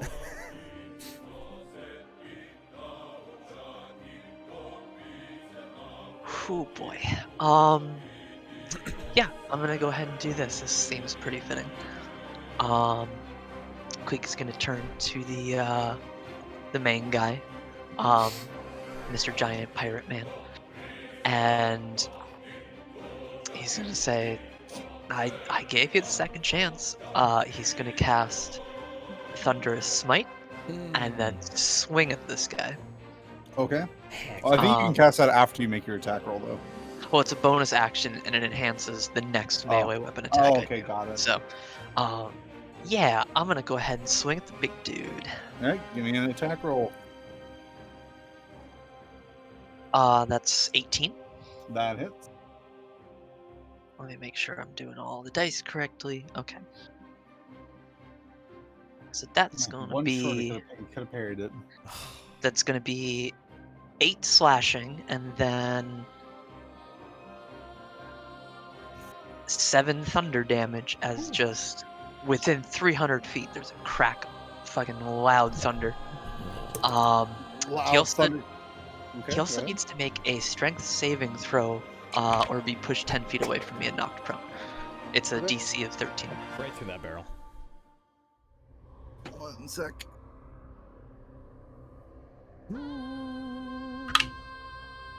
He made it. Natural 15, so. That's fine then. But yeah, still loud thunder. Okay. Loud thundercrack happens as you strike strike this man, and he recoils in pain as you get a really solid gash right down from his shoulder down the side of his like chest. Blue eyes flaring and looking between the three and asking, okay, who's next? And that's my turn. All right. Kibnaak, it's your turn. Okay, let's try this again. Alright. I would do. Crucible. Oh yeah. I think you deleted the thugs. You don't have them in your order anymore. Oh, did I? I think the one I Yeah. killed is. Oh, the one you killed was probably the one in this turn order. Oh, I know there's. see, I thought you were using the captain for all of them, so I didn't No. point that I out. think they had No, 14. They were or 11. something. They were 11. Okay. They were right after me. They anyways. would have been right after Kleeck, so sorry, hold on. Let me do them first. Yeah. So these two guys are going to. This one is going to attack Nor, having seen him heal. One to your left there. 17 plus 3 is 20. That hit? Yep. Alright.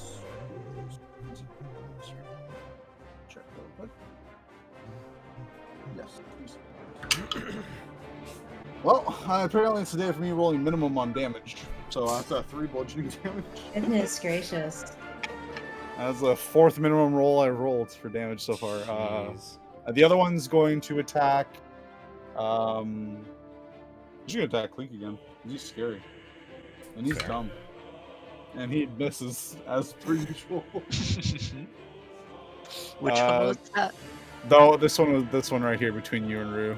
Ah, cool. He's um, then. The other 3 guys are just like they heard a loud thunderous crack and they still can't see anything behind a raging wall of fire. They're gonna reconsider their options. As they throw the dice on the ground. Yeah. You don't know. You don't see any more crossbow shots come through the wall. Mission accomplished. You deleted the guy that was your token for them again. Oh, God. I'm just gonna. You know what? They're not getting another turn. It's fine. They're gonna die. They're both gonna die. They're gonna die. That's fine. I'll remember where they are. Kibnaak, it's your turn. I would try to get a swing on the captain again. All right. Non-lethal.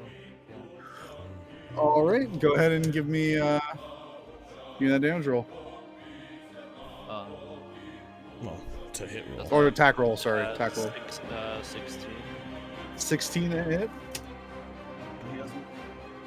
Yeah, that hits.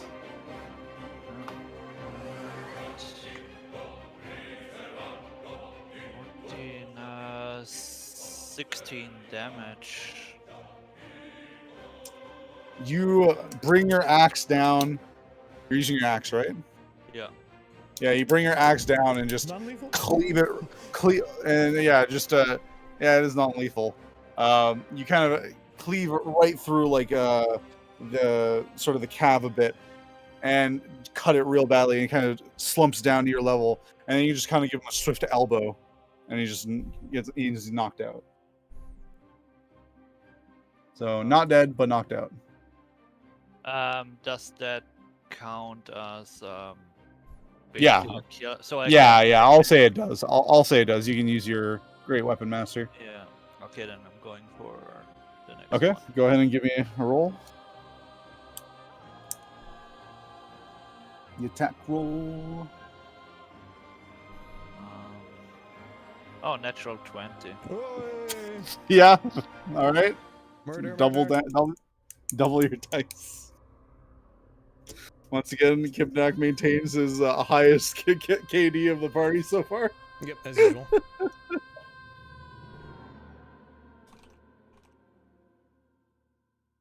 Um, 16. You sever the man's arm off. you Yeah.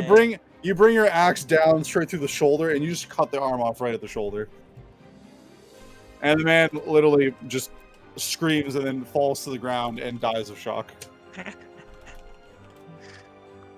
All right. That's my turn. All right, Rue, it's your turn. You just watched a man get his arm severed right in front of you. Well, that makes me a little uneasy. However, I will sidestep this man and go for the plunge on this last guy. All right, go for it. 20 total. That hits. Okay, and oh, wait, did I hit the wrong? No, that's the right thing. 11 damage. 11 damage. He is on his last legs. Okay, bonus action, unarmed strike. All right.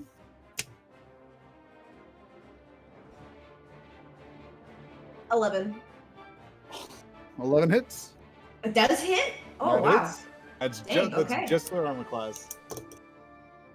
Shitty That's what happens when you wear leather. That's what happens when you wear leather armor, boys, and you have no, Mhm. boys and girls, and you have no dexterity. No dexterity.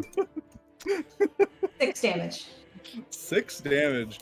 All right. You give a swift strike with your quarterstaff, followed up by an unarmed strike straight to the face, and you just crack him right in the head, and you hear you feel your fist just kind of almost sink in a little bit into the head with that strike, and he crumples to the floor. Kind of stand there and just shake my hand and kind of blow the pain off of my knuckles. And with that, all the combatants are dealt with. There doesn't seem to be any other threats left. First thing I want to do is try and dispel the wall of fire. You can just drop it as a. Well, it's not me though. Well, but you try to dispel. You try to drop the wall of flame. I want to. Yes, I don't want to burn the buildings more. Go ahead and make a persuasion check. Oh, God. Okay. Boy. Wait, no, I'm an expert at that. Yeah, Oh you yeah. That's 22. 22. Okay. The flames. You look at the flames, and you just kind of try and will them to vanish. You try to focus through the shield, and to your surprise, they do, as they begin to just dissipate and then extinguish. Is the building still The on building fire, is still though? on I'm fire, going to start but using it's a very frost to try and put out the fire. okay. It's a pretty small fire. It's only like 6 seconds, so Yeah, I'll you just- can fairly easily put it out. Make like a circle of ice around it. And... That was. And then you just hear the shield say to you in your mind again. My power is yours when you need it. Oh, don't worry. It's just the one time. And that's it. It doesn't say anything again. I'll have aura. Are there any other fires to put out? That was the only one. That was the other building was left unscathed. Okay, good. What's the damage look like on that building? It's a little blackened on the side. It seems like the foundations are made mostly with some sort of stone, but a lot of the rest of the building is wood, and so the wood on the corner there is a little charred, but it's looks still perfectly fine. It's just a little black. I would like to go through this big man's pockets real quick, since he's KTFO. You find on his persons a coin purse that contains 10 platinum pieces, Oh. 127 gold pieces, and 50 bronze pieces. You also find a I'm just gonna tell you because it's like you guys would know, just know from this. You find a greater potion of healing, Ooh. and you also find a note. I will read it if I can read it. It is in common, and it simply says, "Target, blue dragonborn, gray robes, bandaged arm, necklace with green stones, staff purchased, likely will have on persons, 1,300 gold value, staying at Elf Song Tavern." Ooh. Oh, they were looking for me, specifically me. Someone is watching us. While that happens, Gasz is just climbing on the roofs and being on the lookout. My bird is doing circles overhead. UAV's still online. Looking around, there were other people. You do see other people were following you, in fact, and likely were the actual robbers that would have mugged you. But it seems that there were bigger fish in the pond that were after you. As you see some people that were nearby, you're not sure if they were just watching or overheard the loud thunderous noise. Just disperse. Aura, I almost said Aureen. Aureen. Just watches some people in nearby that were trying to hide away, just kind of disperse back into the city streets and into the night. It's also this, you notice that a few of the doors in this alleyway are open as you see people peeking out, looking around, like going like, what's going on, as they witness the tail end of that bout. But none of them say anything or approach. They're all just like, you see a couple people looking through windows, through a cracked door, just looking at your party.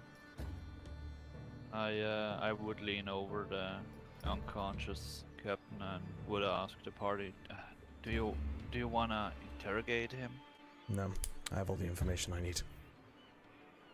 He was paid to kill me. By someone. Alright. Well, we could ask him who hired him, I guess, but... That's what I want, yeah. That's what How I do meant. we want to wake him up? Because he's... What are the chances it's Van Thamper? What are the chances it's one of the cultists of Tiamat? It could be anybody. We just gotta get out of make cultist an state. make an intelligence check for me, Theraden. Just a straight intelligence check. A little flustered right now. 11. 11. Yeah, I mean, you have the note. Might be a clue in there to it, Yeah, but you're not sure what. It doesn't have any symbols or signatures or anything else. Nope, it just seems to be hastily scrawled common. I'll just fold it up and put it in my robes. Stand up. Okay. Well, they know we're staying, or at least I'm staying at the Elf Song. That's really bad. It's a good thing we're leaving tomorrow. Tomorrow, yes, but what if they attack in the night? What if we stay somewhere else tonight? Where else is there to stay? There's always Gaz's hideout. And who's to say there's not someone able to watch us and follow us around?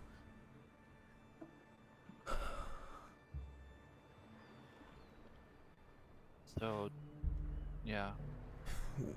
We So do could- you want to interrogate the captain or not?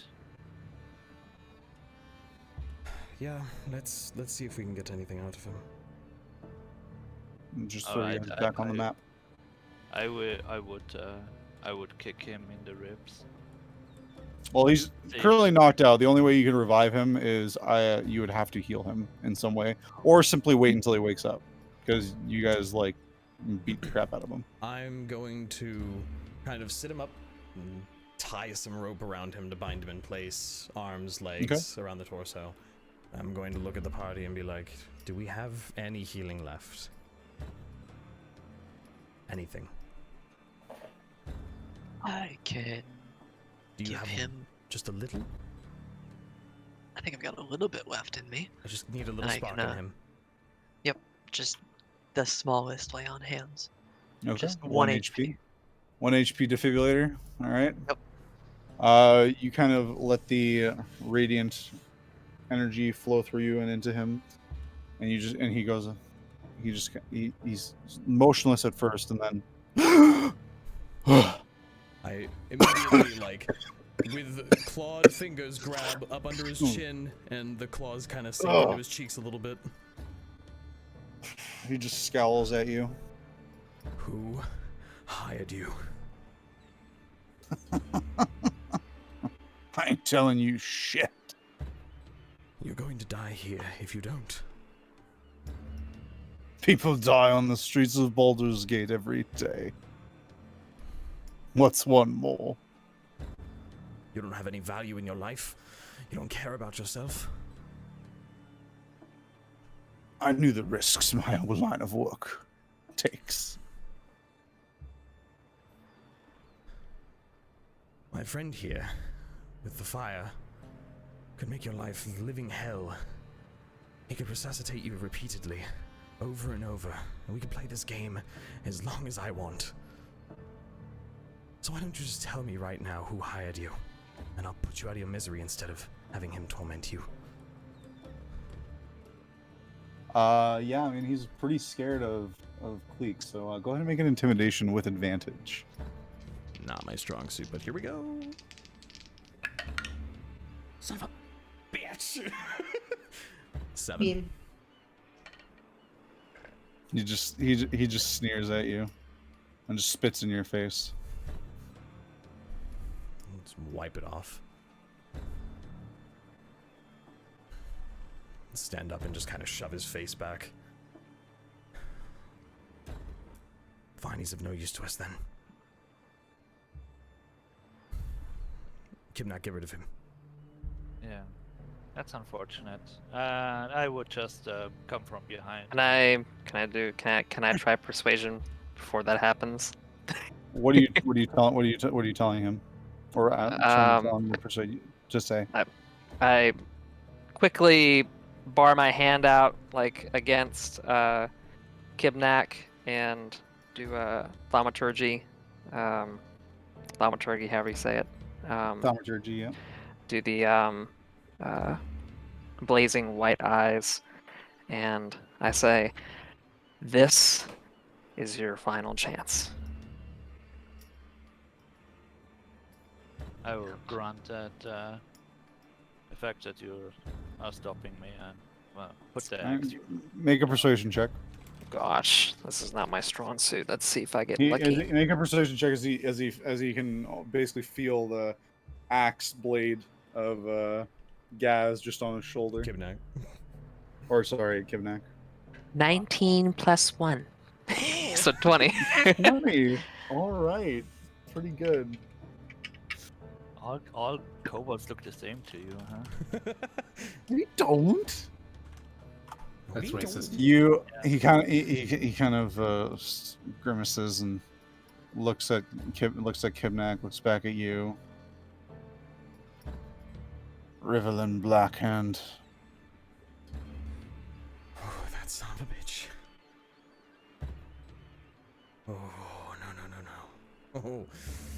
Oh. What is he talking about, Teraden? The man who I purchased this from has hired someone to kill me. And you put 2 and 2 together, and you look at the note again, and it does specifically specify on the note that it describes you, and then simply states staff purchased, likely will have on persons.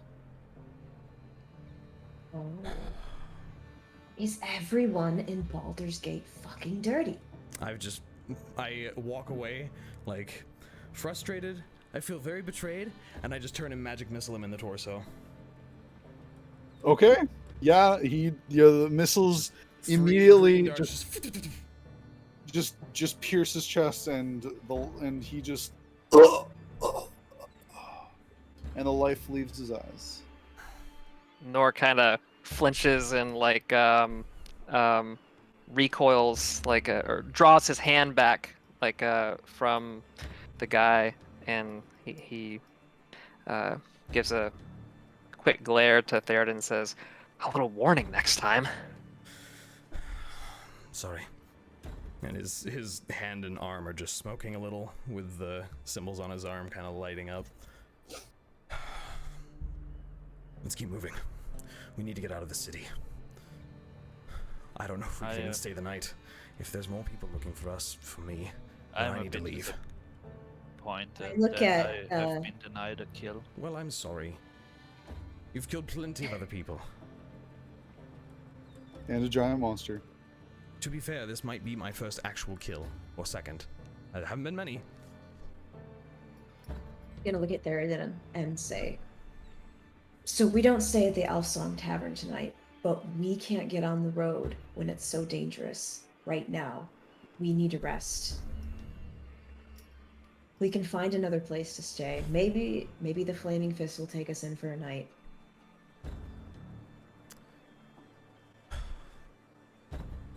Just something better than an inn when someone can stab me in the middle of the night would be appreciated. Bloody people. And he just kind of tugs his robe around him and starts walking down the road in the way we were going, which would have headed to the Elfsong Tavern, but he's just kind of angry walking. Okay, so still for now heading to the Elfsong Tavern. I'm gonna elbow Kleeck and just say, is there any chance your old crew have some extra barracks? They might, but I don't know off the top of my head. Kleeck, you think it's possible? Unlikely, but possible. No harm in going over and asking. Where are they located again? Where would we go to talk to them? Is it like There are across the there's numerous barracks dotted or places dotted throughout the city. The main location, which I don't think I ever actually mentioned it. Now I have to go look it up because I don't quite remember the exact name of it. Really hope it's southeast. No, it is actually pretty sure the complete opposite side Son of of the a city. bitch. God damn it. Uno momento. Gus is not even taking part in the conversation. He's just on the roofs and being on the lookout. Okay, So, no problem. Go ahead and give me a perception check while you're up there. Perception. Wow, it's a 1. Oh, it's a 7 in total in that case. Okay, got it. You're a little tired.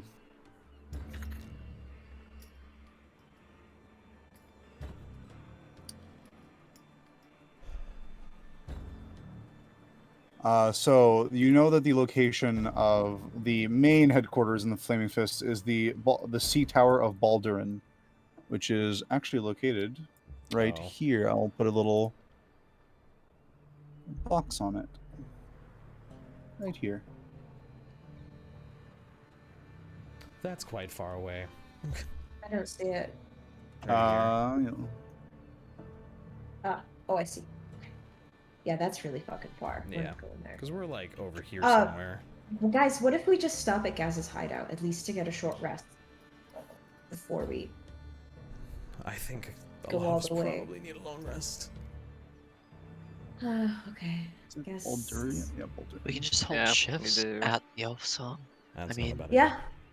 We could do that. We can sleep in I shifts. can definitely watch the lobby. You guys do also recall that it does have 24/7 security by the form of This is a true. animated armor known as Clank. It's true. Cleek and This clank. is true. I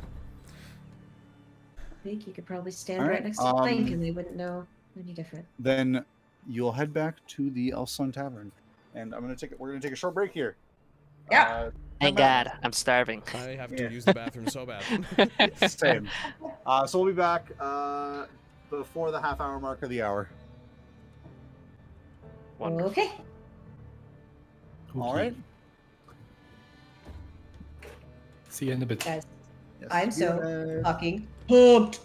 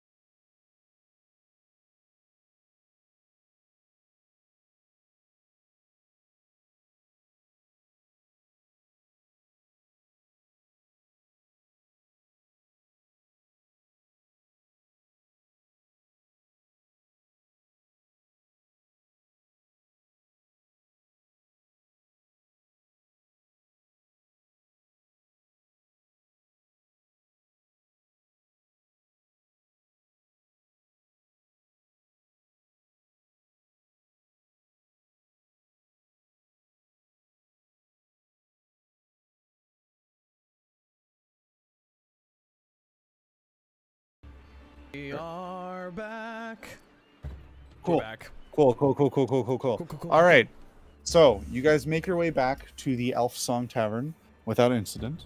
Thank goodness. It's not as busy, likely because a good chunk of the city was most likely at the show. And, there's still a few people hanging around, having a drink. You can hear some people yelling upstairs, most likely gambling. Just business as usual. I'm going to have Aura sit on top of the inn, just looking at the front door and looking around like a sentry. And I'm going to walk inside and go find Alan. Yep. Alan is at the bar, currently wiping it down, having just served a few people. Kind of sees you all enter and nods. Welcome back. Oh, you want the? Sure, I can give you guys the map of the inn. Good evening, Alan. Pleasure seeing you. Good evening. Heard you in the fights today.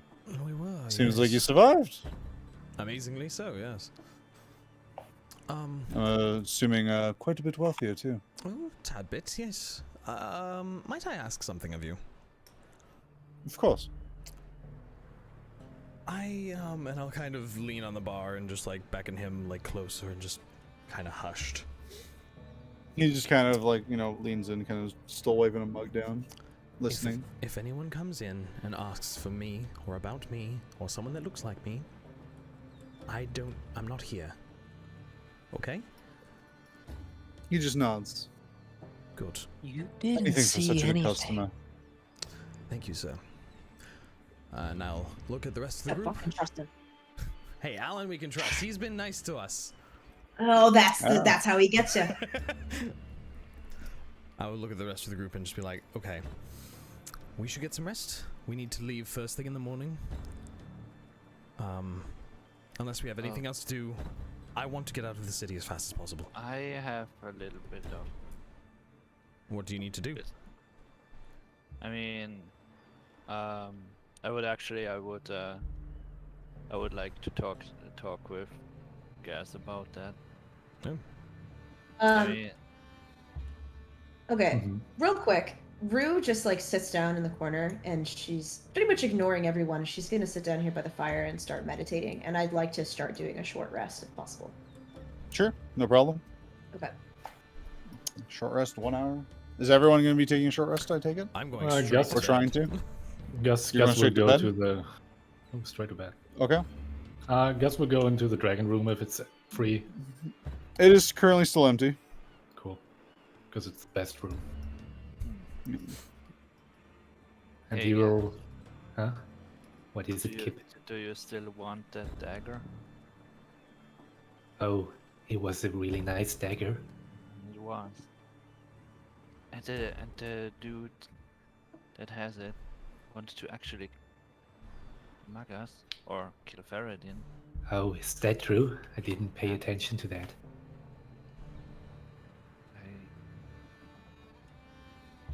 If It you, is- I Go on, mean, sorry. if you're up for it, we could, basically pay him back and. Do you want to kill him, Kip? No. Or Sure. Oh, do we? I don't know. Maybe.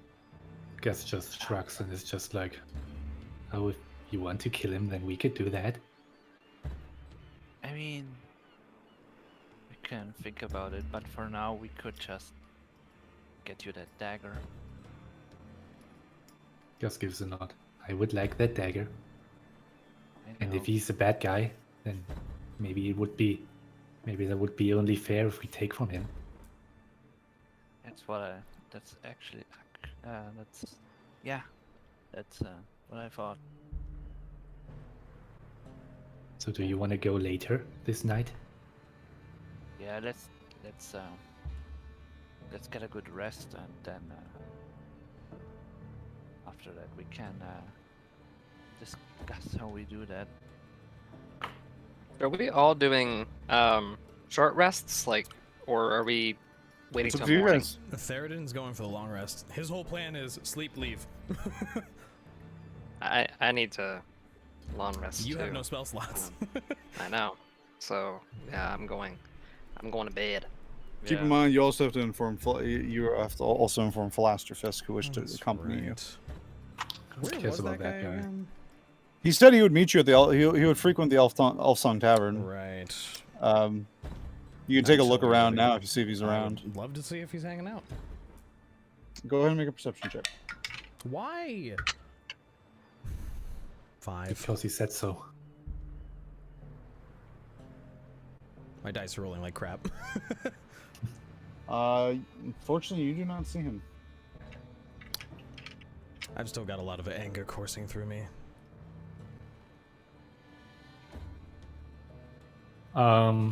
Can I, while doing a short rest, can I forge a letter, Crucible? Or is that too distracting from my rest? That would take a you would not be able to short rest, and it's assumed that for a short rest you're doing nothing demanding okay. of any physical or mental attention Yeah, for true. at least 1 hour. So Could be that you would be nicer about that than the rules in the book. for this purpose, no, I would say you're gonna if Okay. you wanted to do that, I'd say you couldn't take a short rest. Yeah, I'm gonna do that later. I'm gonna take a rest then because it was an exhausting day. Okay. Just a short rest. Well, a short rest definitely occurs without incident. An hour Mm-hmm. passes, and you guys can all take a short rest. Very You can good. roll your hit die if you wish to regain HP. I and want to roll reset my hit everything. die. That would be reset on a short rest. It is now probably just past midnight. So One for long die. rest, it would be like 8 hours of hours. rest. Yeah. 8 hours. It'd be morning. After I'm done meditating, and I wanna walk over to Theraden and making sure he's alone. Theraden went to his pulling room, I aside- think, immediately, right? Yep. Oh, are you into your room? Well, Okay. Yeah. Then I will go knock on the door and see if he's in there. Who is it?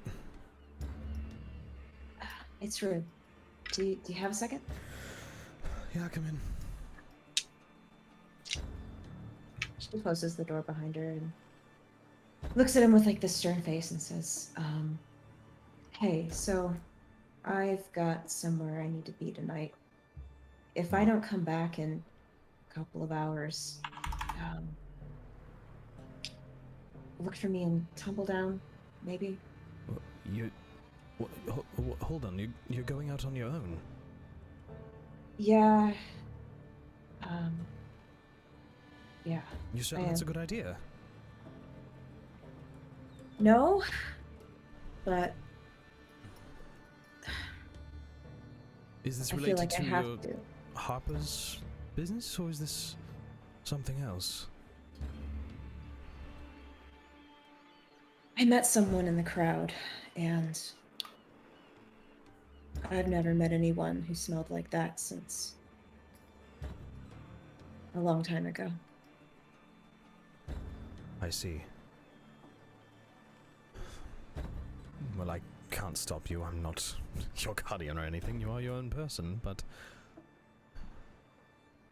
I just thought I'd let you know, just in case, 2 hours then? 2 hours. I'll try and stay awake, but... Well, That's okay. I am the one with the target on his back right now, really, so...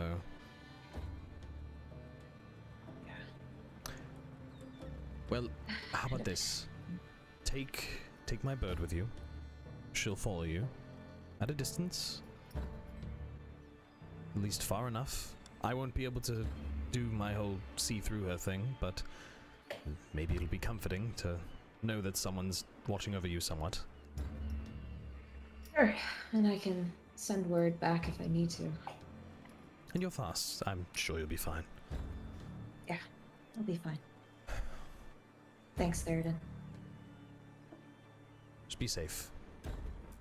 It's very important. I'll kind of offer my arm up to Aura. And she Hope just she hops on. over and grabs on. She's just about the only animal I've ever met that I've actually liked. So I kind of like coo at her a little bit and all right, Sleep well, Theraden. Best of luck to you. And good job today, by the way. You too. See ya. So, Gasz only took a short rest? Yeah, so an hour. Yes, you guys got a Okay. short rest.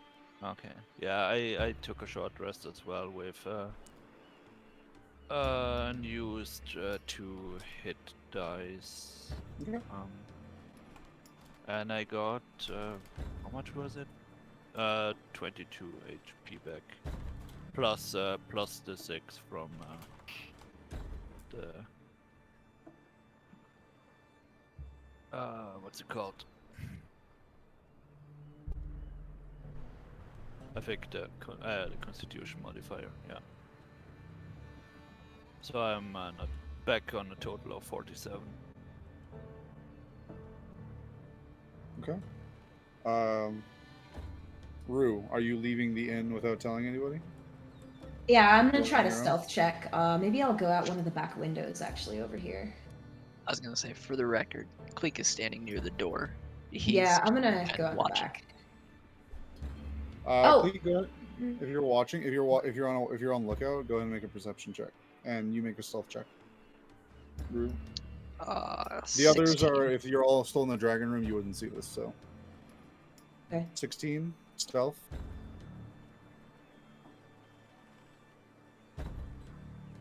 Wait, are you asking me to do something or something Yeah, happened you're, there? you're Oh, I'm stealth checking. Oh, I'm so stealth sorry. checking. Got it. Okay. Oof. 8. Kleeck, you do notice her exit out through a window. I'll just make a mental note. Just run. He's not gonna move. The cops got you. Gotta go. Woo! I just dart out. I don't take any time. I've got 40 I'm movement gonna ask you this speed. one more time. Are you absolutely sure you do not want to? You are going to go alone? I mean, I have aura. I can't talk with her at that distance, though. It's only 100 feet. This is like one of those warnings in a video game where it's like, "Hey, your party's not full. Are you I sure you have wanna?" I expected one or the other, so I have contingencies for both. I just want to know that you're sure. I mean, they told me to come alone, and that's They did. They did ask you to come alone. that's what I'm gonna do. But this is Baldur's Gate, and some mysterious stranger asks you to come alone in the middle of the night to a small, well, you don't even know what it is, but you know that you've heard of a district in the area known as Tumbledown. It is just outside the city gates, but it's actually still considered in the city, even though it's beyond the walls. I mean, sure, but they smelled They did. comfortingly familiar. All right. Just do it. I'm just gonna do it. I'm just doing Okay. it. Push the red button. Just do it.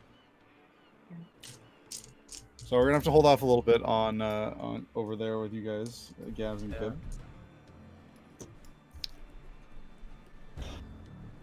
You make your way through the city streets, heading to the south. I'm gonna put us over on the map for this. To the southeastern side of the harbor.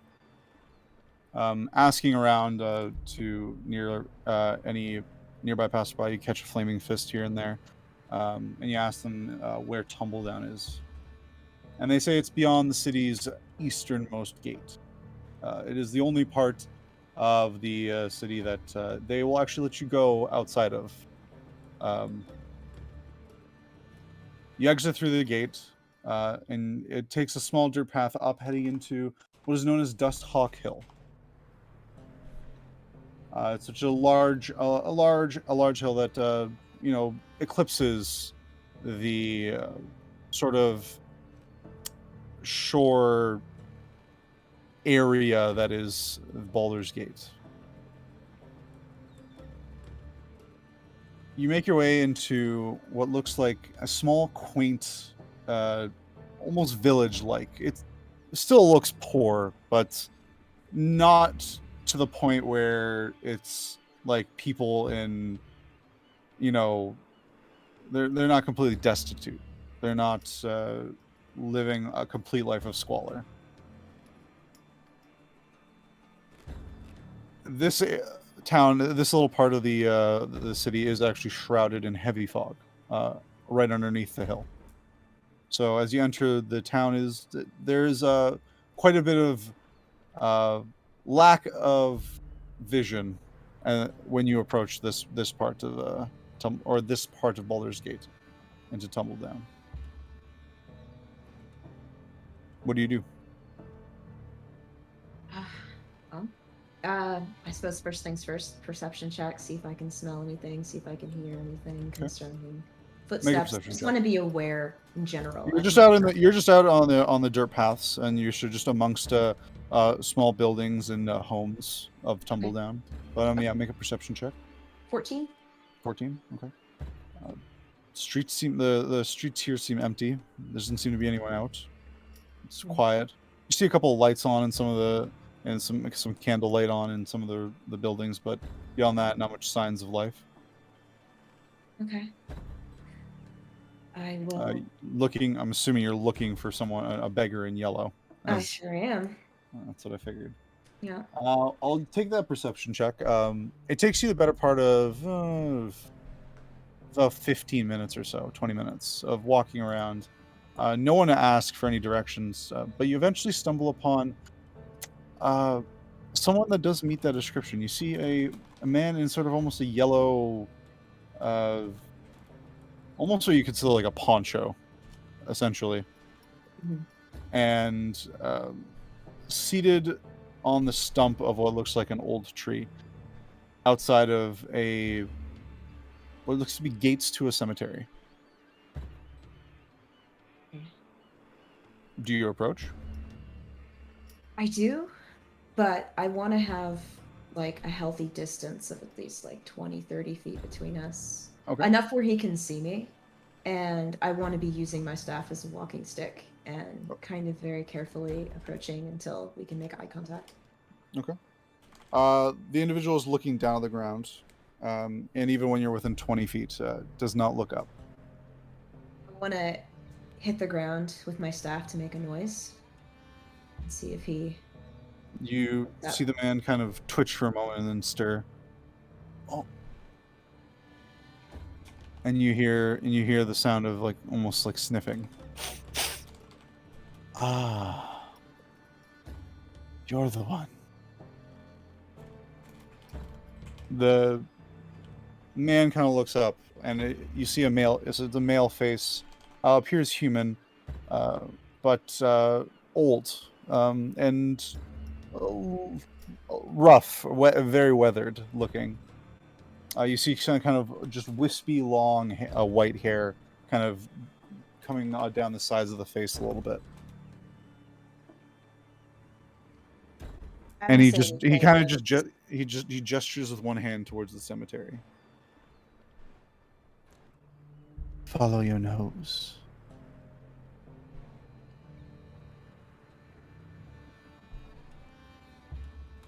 And then just goes back to looking at the ground. I don't say anything, and I go ahead into the cemetery, and I guess a perception check to follow my nose. Yep, give me a perception check. 10? 10? Yeah. Takes you a little bit, but with your keen scent, you pick up on the smell pretty easily. The smell of blood. Fresh blood. Not human or humanoid, you'd think, based on the smell, but you're not sure what. Do you follow it? No. Is it just Okay. an empty cemetery? Is it? It's a foggy, empty cemetery, and as you actually were walking around it, looking, kind of perceiving, the cemetery is right on the cliffs of what overlooks the ocean. Oh, it's on this side. Okay. Yeah, it's on the south side of Tumbledown. Okay. Can I go to the edge of the cliff and see if I can see anything, like around this little? Is it right here, like down the cliff, or is it just on the edge? It's on the edge of the cliff at the top, the Okay. cemetery. So like right where you are would be a good place, right around where it would be, there where your marker is. I don't want to walk directly towards the scent. I want to walk maybe on the outskirts of the cemetery. Are there any trees or any like cover? There's around? a few trees, some vegetation. It's a little sparse on the sort of the foothills here of Daztalk, but Okay. there's some. I want to follow the it. smell. but The smell is coming from in a particular direction in the cemetery. It's like, assuming you were facing south, Mhm. it would be the southwestern corner. Sorry, southeastern corner. Okay, and it's safe to assume this shape right below me. That's the cemetery. Sure, we can say that's the cemetery. Okay. Okay, so I want to follow the edge of it, but kind of in a sideways fashion to see if I can spot whatever is coming from before whatever's there can spot me. Looking around, you're looking. You don't see anything moving. You hear the cry of a hawk. Distant, Oh, at night? but other than that, not much. It's quite foggy. It's hard to see. Looking over the edge into the ocean, even then, you can just barely make out the waves crashing against the sides of the cliff face. You can hear them for sure, but see them is a different story.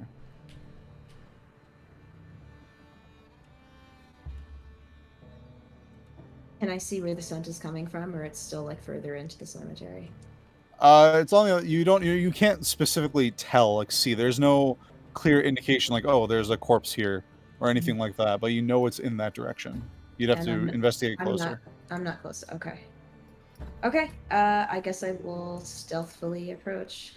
All right. If you're going stealthily, you can give me a stealth check. Sure. A natural one. Oh, Oh, no. All right. Oof.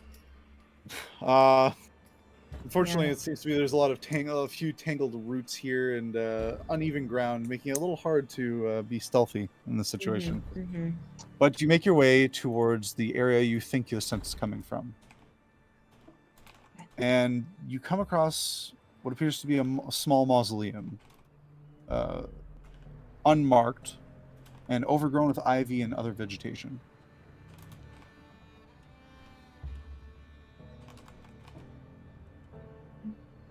It does have a door on it. Seems to be seen better days. It is wooden. Oh, sorry. Sorry. Apologies. It is metal. Metal mausoleum, unmarked. Well, covered the in door is vegetation. mausoleum. The mausoleum is stone, Oh, okay. and it's Okay. small. It's like, say 20 across and maybe 30 deep, maybe even less.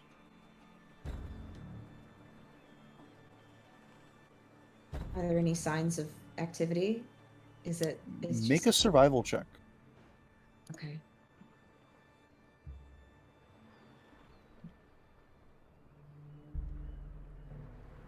$16.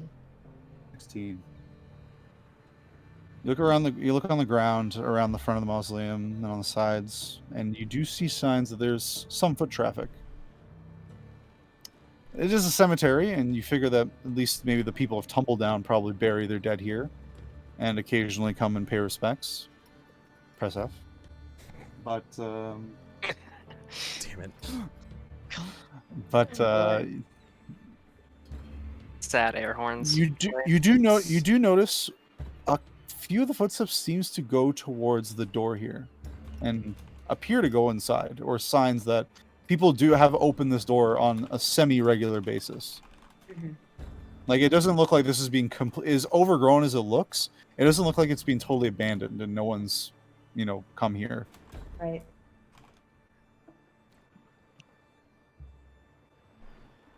And the tracks all appear to be at least of shoed individuals or booted individuals. You don't see any indication of large animal tracks or anything like that. Right. And so So I'm faced with the decision whether or not I want to open this fucking scary ass quiet mausoleum in the middle of a graveyard alone. Cemetery, not graveyard. Different. You're right. So there's an attached church at the cemetery. Is what Somewhere. you're trying to say. No, Yeah. a graveyard has an attached church. Yeah, cemetery. That's is the opposite, actually. It's cemeteries. Is it? I thought it was the other- cemeteries are churches. Graveyards are. I'm pretty sure. So no, I thought graveyard Fact was check. had a church on the property. Nope. That's why- Other way around. Cemetery Other way is around? the Okay. one. Graveyard Sorry, is this just is a a regular one. graveyard. I apologize. Gotcha. Okay.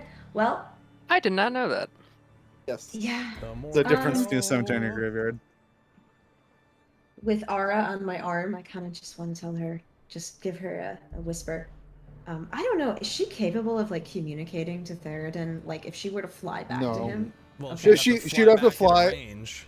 Yeah, she'd have to fly back into range with him, which is 120 feet. Yeah, so my that's reception is basically only all the way back. 120 feet bubble. She can act as Beyond that, she's an intelligent. She's like a reasonably intelligent creature. So, if Okay. he instructed her to follow your commands, she will. Okay. So I'm gonna attach a little piece of paper to her foot, if possible, and just write down tumble down cemetery, just the details of the mausoleum, like overgrown mausoleum, southeast corner, and just a little note. It says "Fine for now, Rue," and just tie that to her foot, and tell Okay. her to like fly around and keep an eye out for me, and if I don't come out within like, you know, a reasonable amount of time, to fly back to Theraden and let him know that, you know, something's up. Okay. Easy enough. You make a quick note and give it to the owl, and she, on silent wings, takes off and heads back towards the Song Tavern. I did want her to fly around here for a while before. Oh, going back to sorry. Theraden. Okay. Then If she you just wait starts for flying me- around. Back. Yeah, she Yeah. starts doing Just some. for a She little just bit. starts doing slow, lazy circles in the air around you. Yeah, and that's just to keep an eye out and see if there's anything else I didn't see, and then Okay. when I disappear into the thing, to go back. Okay. Okay. What's And- her perception? Um, And she has advantage on it, right? she has advantage on anything having to do with sight and smell. Okay. And she has a perception of +3. Got it.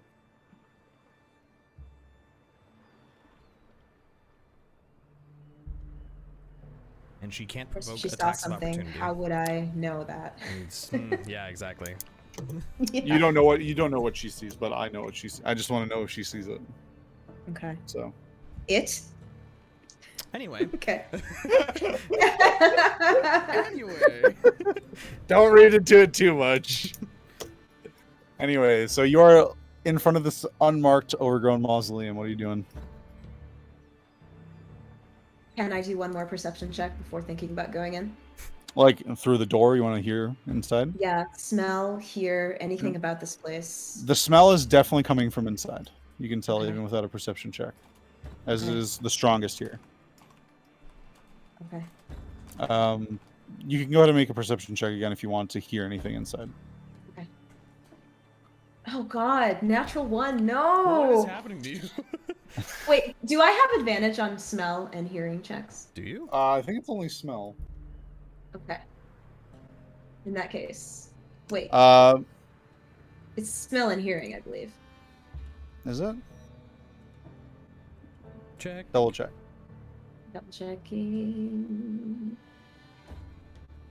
Where is it? It's smell and hearing, yes. Okay. Well, then just roll again. Okay. Advantage. Okay, dirty 20.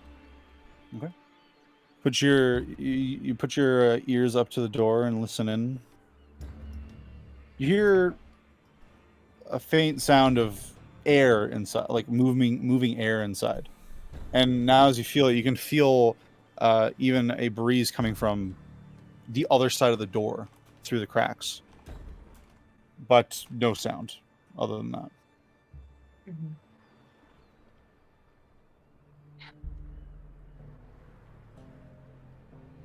Rue's curiosity just kind of overtakes her, and she takes a moment to steal her breath, opens the door, and goes inside. It's a little hard to open, as it is pretty old door, and hinges aren't the best, but it does open with a loud creak. And it reveals a small interior with no crypts in it, interestingly enough. No coffins, nothing. But there is a hole in the stone floor with stairs leading down. Or sorry, not stairs, but rocks in an arrangement that would be stairs. Gotcha. And you see light down there, but not torchlight. You see natural moonlight, but very dim. Okay. Do you follow it?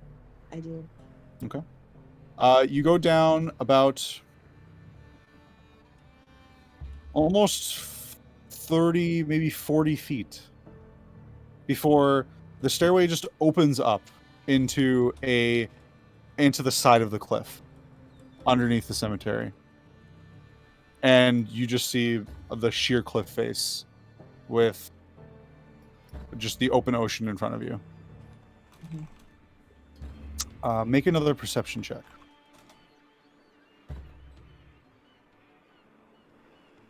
15.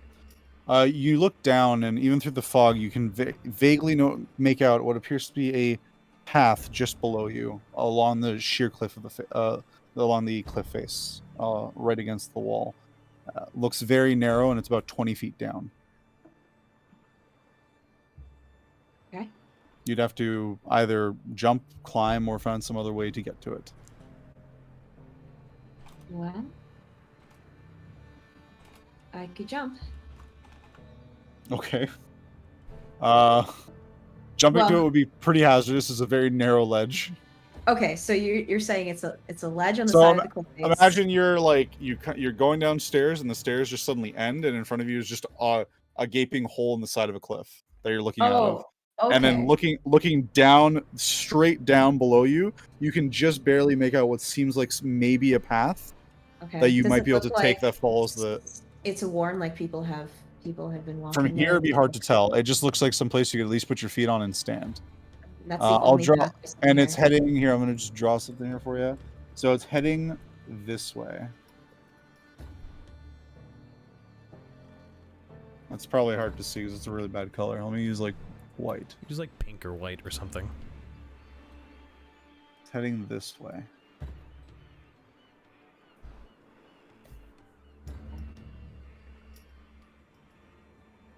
Well, yeah, I'll climb down and I'll take the path. Okay. So that would I'm gonna have to make you make a athletics check for me as you try to scale this hazardous cliff. Okay. Is there any without way falling. that we can reason that into acrobatics instead of athletics? Not for climbing down. In this situation, unless you can give me a creative way of how you could use acrobatics, I can't think of one. Well, it takes a lot of balance. This is less balance and more just you maintaining your grip and knowing where to put your footing. I mean, that sounds like acrobatics to me. But She's like rappelling down the cliff, maybe. It's still not really acrobatics. Yeah. well, all right, okay. I'll say I'll give you acrobatics if you take it at disadvantage. Ooh, okay. Let's not. I will go for athletics. Okay. 16. 16. Perfectly fine. You slowly lower yourself and you take your place your footholds and handholds carefully as you descend, and easy enough you manage to put your feet down on this narrow path that is no more than maybe 4 feet or 3 feet wide. And off to your right is just a sheer drop right into the ocean. Okay. If you wish to follow the path, I will have to ask you to make an acrobatics check to see if you can maintain your balance and not fall off. The winds here are a little higher against the cliff face, but Nothing too extreme, Okay. but enough to put you off balance if you're not careful. Anyhow, 6. 6. What are your rolls? Yeah. It's either low or high. There's no in between. Get rid of that dice. Do you have inspiration? By any No, chance? I haven't gotten it the entire time that we've been playing. Okay. As you progress down the path, a particularly strong gust of wind kind of pushes you and you start to lose your balance. Ugh. And your foot slips, but you catch yourself on the ledge. And you're just barely holding on. Oh, boy. Make a strength. We'll say. I'll give you athletics. To try and pull yourself back up. 14. 14. Okay. Yep. You kind of catch yourself, and you almost like lose, like in the moment, like you're holding your breath as you're just trying to make sure you don't fall. And then you manage to dig your hands into the rock as much as you can. You pull yourself up and back onto the path safely. I'm gonna have to make another acrobatics check to continue down the path. Shit, this is fucking rough. I'm never gonna be able to get out of here. Okay. Oh, 21. Perfect. This time, knowing well the force of the wind, you brace yourself better for it, and you manage to continue down the path. It winds quite a ways. You think you're going for 5 minutes, 10 minutes, 20 minutes. You're at this point a good ways away from Tumbledown for sure. Just moving along the cliff face. The path almost winding, sometimes even into the cliff and into like a brief small like tunnel before re-emerging on the cliff face again and continuing. Mhm. And then at one point, you come and it kind of goes down and you kind of get fairly low now. You're fairly low now actually to this where the ocean meets the cliff. You're only maybe 20 feet up from it, and you see an opening that this time it seems to go much more deeper into the cliff face. Inside, you just barely can make out what looks like torchlight.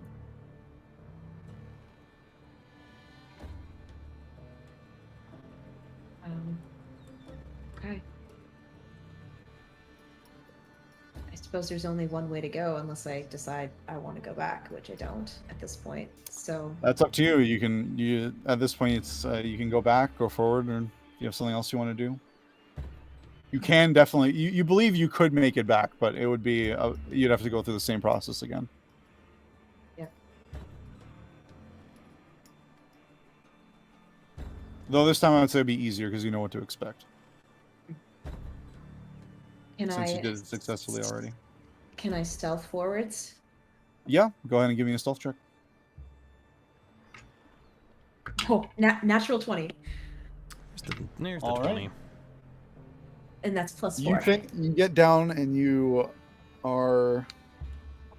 believe you are going very quietly as you possibly could be.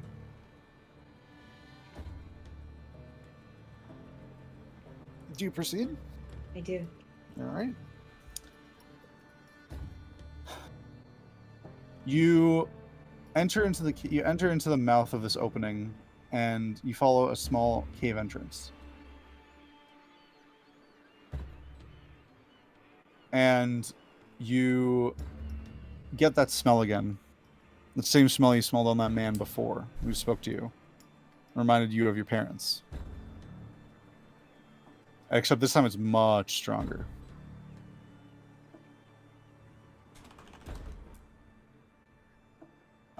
You can round the corner. You can see it opens up into a cavernous space, and there is a torch lit, just at the mouth of this like opening. You don't see anybody though. Do you enter, or do you just wait, or what do you do? I'm gonna wait for a bit. I'm gonna stay out Okay. here and wait. What direction is the wind? It is coming out of this cavern. You can feel that the air is coming like towards you and out. Okay. You would guess that there must be another larger opening somewhere into this space that is allowing the breeze to flow through. Does the air feel cooler than the air around me right now? Well, what's the temperature outside? This close to the ocean in the spray, it feels a little bit cooler. It's not like any like significantly colder. It's a little bit cooler.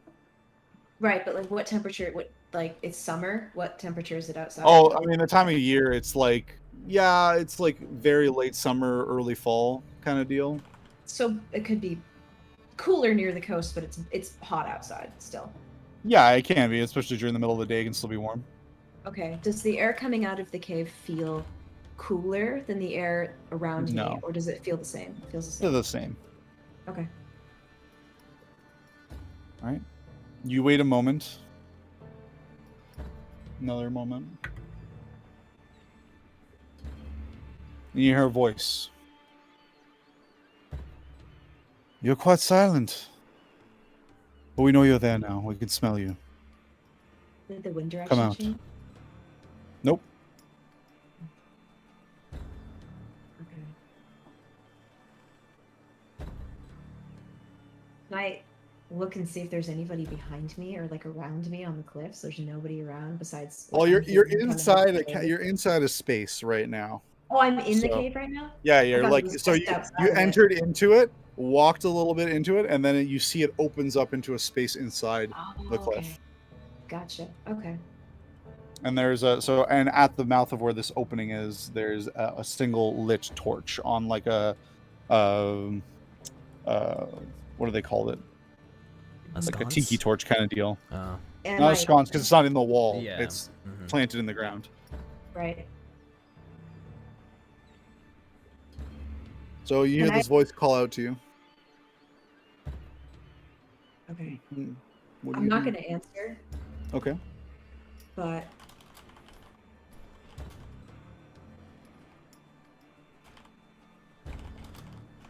the torch is illuminating the entire pathway in front of me, so there's no way I could really get. There's no past way it. you could. There's no way you could get past it. It's too narrow. It's the passage you're in is like 10 feet across, so there will be no way to get beyond the torch without going right into the torchlight, basically. Right. And you can see whatever the space is. You can't get a good look at it now, but the interior is also lit with a It few is. handful of torches. And I can't see anyone inside. Not from your angle, no. This is a really bad idea, you guys. Push the red button.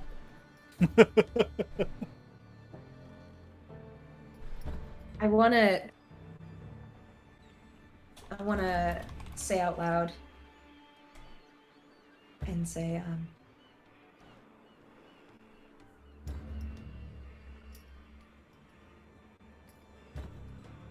how can I know you're not gonna hurt me?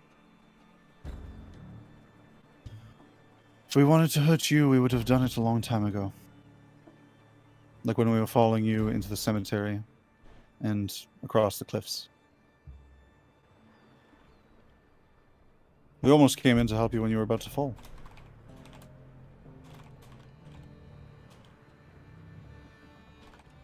Take a And you hear few this steps. voice from inside. It's a little echoey because of the open chamber that this voice is emanating from.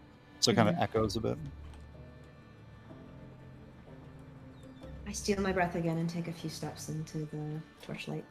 Okay. Coming out into the opening, you do see to your right you come into a large open cave, I should say first. The ceiling's quite tall, and you do see some stalagmites and stalactites surrounding the area. It's a natural cave. And you see a few more torches placed on the ground in various locations. See a small makeshift shack next to what appears to be a very small dock with one boat pushed up on the rocks. Small boat maybe holds 3 or 4 people, and another one tied up. What appears to be a small a small bit of the ocean cuts into the cave. It cuts into the cave, and it's like a hidden. I don't know what to call it. Shoot, what is this called? This has a very specific term, and I'm forgetting it. What are we talking about? It's like a cave on the side of the cliff, and the ocean. The water comes into the cave, and you can clearly see that there's a small dock set up. Cove? And Is it a you can grotto? go out. It's like a grove, yeah. Cove. Grotto. A Or grove cove. is Sorry, trees. cove. Thank you. Oh, cove. It is- There we go. It is a cove. Yeah, I heard grove. Grove? Yeah, The no, I grove. guess no, not quite grove. But yes, a cove. I don't know. I There we couldn't think of go. that. So it appears to be a little cove, and it's set in this natural cave. And to the left, as you turn, you see a bunch of makeshift tents and living areas set up, as well as crates and boxes of various, what appears to be food and supplies. And you see several men and women seated around a fire. And they're all looking at you, except for one who's has a similar cloak on, but this time with the hood down. Male-looking human, and standing up and just looking at you. And short, kind of like almost spiky hair, and says, "Welcome. We wish to talk to you. Who are you? I like you, but not quite. Maybe more like your parents."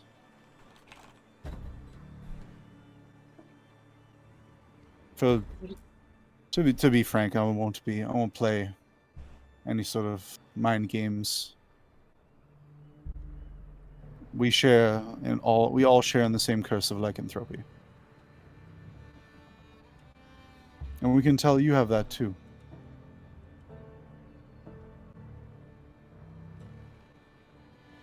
We have lived here in Baldur's Gate for some time. And we can smell those that share our curse.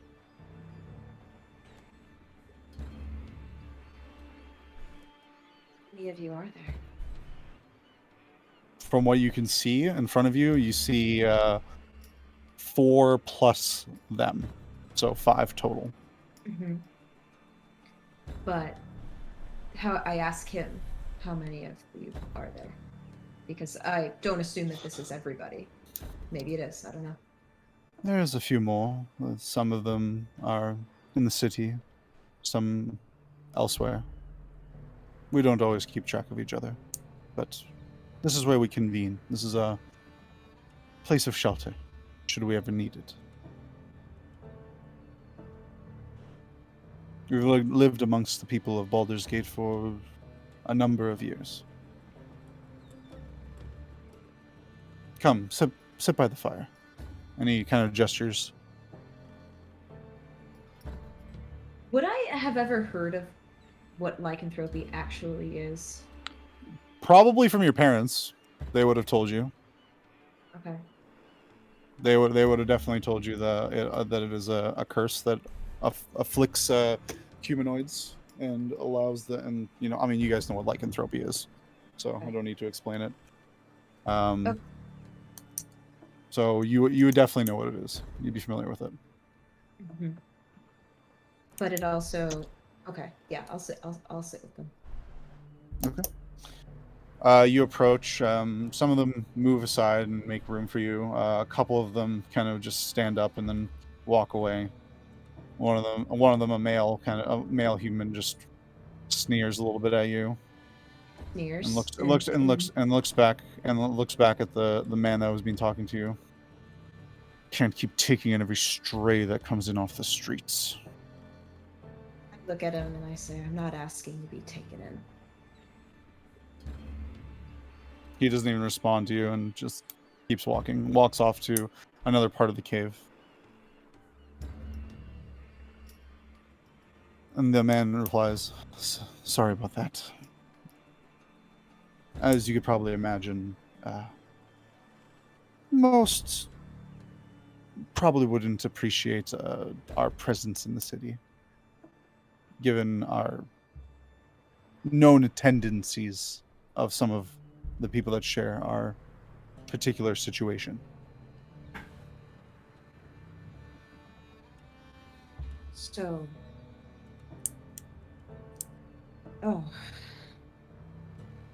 Were you infected or were you born with it? Maybe it's Maybelline. Maybe it's Maybelline. God damn it. Maybe he's born with it. Maybe it's Wolf. Maybe it's Wolfwilliam. You don't know if he's a werewolf. I don't You know. just know he's like you He's a don't know he's lichen. lycanthropy. That's Could be any species. could be a werebear, could be a were-rat. Mm-hmm. All of us here were afflicted at one point or another. And that's why I took particular interest in you. I've heard of this occurring, and he kind of just gestures towards you. When two of our kind have a child, sometimes the curse doesn't quite pass over the same way. Sometimes it doesn't at all, and you result in just a normal child.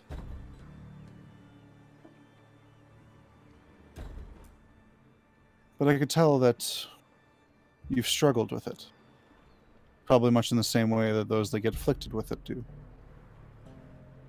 Am I correct? Bree looks down at her hands and she goes off to her memories a little bit before answering. Yes. I do. We keep this as a shelter for others afflicted with the curse of lycanthropy, and help them deal with it and its side effects and problematic tendencies in order to live some semblance of a normal life. And I saw you at the bout, quite skilled, and it's quite the beast that you and your compatriots fell. To be honest, I'm surprised they didn't follow you. I was expecting to see them as here as well, but maybe that was for the best. Some here probably wouldn't have appreciated a large party of adventurers showing up at our doorstep of our secret sanctuary. Look at him and say, they don't need to know. He just nods. Do you have families and friends who know? I don't believe any of us here have any family or friends that we care to at least remember. Most of us here live... Well, the family is the one we have here together. But I could see that your struggle that you faced right after your bout, you seem to be struggling to control and hold it back. Yeah, well, I've been managing to do so for a few years. I haven't let it out in a long time. And Tell me I hope about I it. never do again. And he essentially is asking you, give me your backstory. Okay.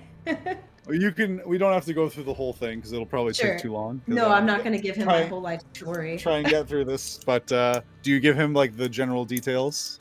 Yeah, I'll tell him like Okay. about, growing up for a few years with my parents and then what happened to them and how I was left alone for a while and ended up hurting somebody that was close to me who took me in, and after kind of facing that village coming after me in retaliation, the only reason I got out alive was because Theraden found me and took me to the monks where I learned how to control myself, and through just like rigorous self-discipline, just kind of like beating it down every time it comes around. And so for years, Okay. I've been struggling with that and have never transformed since my early days at the monastery. So that would have been about like 5 or 6 years, I think. He just sits there quietly and listens, the small fire crackling Luckily, with the breeze, it keeps the smoke from filling this cove out too much. Mhm.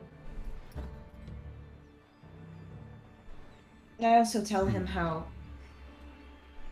you know, it's like there's sort of like this halfway point that I used to spend all my time when I was young like that, but since I keep even that down and I shave every part of my body to hide it from everyone, people just assume I'm an elf, and I guess that's fine. Well, you did a pretty good job keeping yourself safe. And this Theraden fellow, he did you quite the favor. He did. I owe him a great deal. Well,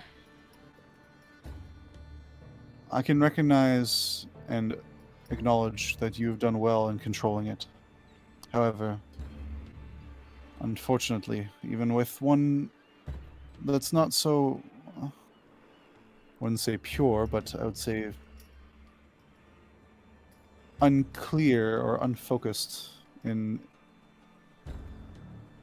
their curse as a normal individual who has a lycanthropy, it will erupt at some point, and it could have dire consequences. We have a method that helps one not suppress it, but more tame it. And that's really why I called you here. To help you with that. If you so choose. I warn you, the process may be difficult, mentally and physically.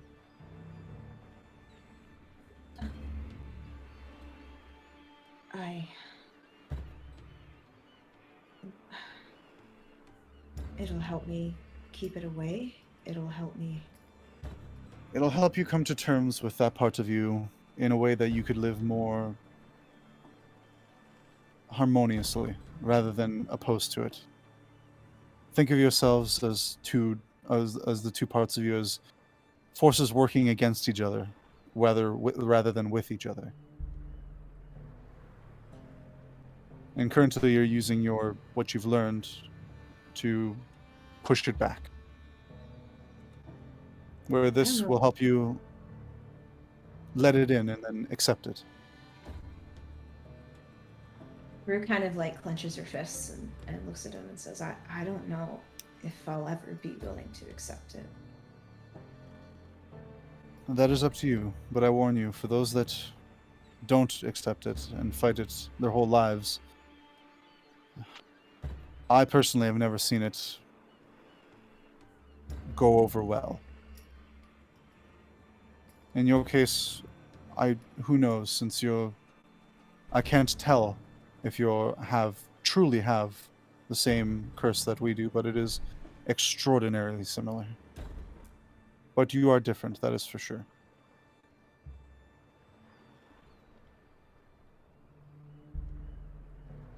I have a lot of time before my friends come looking for me, maybe. We need just but the night. The night. Depending on how good you are, it might be quicker. And he kind of just smiles. I'm gonna say one moment, and I'm gonna whistle like as loud as I can to see if I can get Aura to hear me potentially if she hasn't left yet, but she probably has. You instructed her to follow you for. Did you give her a length of time to follow you? Yeah, that she was just gonna wait around until like the time limit of like that I was giving. What did I say? You said like half an an hour or hour. two. You said two. Yeah, You said 2 an hours hour. if you don't hear Yeah. back from her. Yeah. So it probably took you maybe 30 minutes to get there, and another I'd say 30 minutes before you were like going through the cliffs, and then that was probably another 30 or so minutes as well. So it's probably been an hour and a half since you've left. Okay. So she would still be around if you told her to wait a full 2 hours. Yeah. Okay. Okay. So if I whistle, she'll come. You whistle, and you do shortly after see Aura just appear in the mouth of the cove and silently fly inside, and then land next to you on the ground. I'll kind of coo at her and scratch her little feathers because I can't resist when I see her. And I'll grab the paper from her leg and scratch that off, and then rewrite. I'll be here. I'll be here. I'll be back in the morning, and have her stick around for maybe another, like, however long. Well, no, I'll have her just fly right back after that, right back to the tavern, so she'll get back in time before the 2 hours is up. Okay. So you just are you still leaving in the description of the area, or are you just okay? I just scratched off the part that was saying, like, you know, I'll be back in 2 hours, and Got write it. down instead, I'll be back in the morning. Then you do that, and you send the message off. I Or, also instruct her to fly, like, straight out into the water before I can't see her anymore, and then circle around so she's not flying low over the land. Yeah. She basically, when you see her go back out the mouth of the cove, and then kind of swing a lazy circle right back, heading towards the city over the ocean. Great. Perfect. Okay. Made your decision? I'll look back at him and say, even if I don't use it, I want to know what you know. All right. Strerbath Stew, by the way. Nice to meet you. And he extends a hand. Strerbath Stew. STRERTH. Or sorry, R. Hold on. No, I might. STRERBATH. And last name STOO. Stew. She snickers a little bit when he says his name and then shakes his hand. I get that a lot.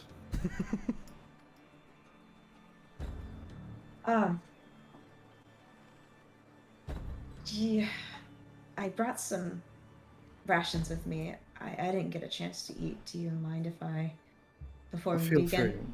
If you wish, we have plenty here as well, if you want anything. Lots of meat. And he kind of just smiles.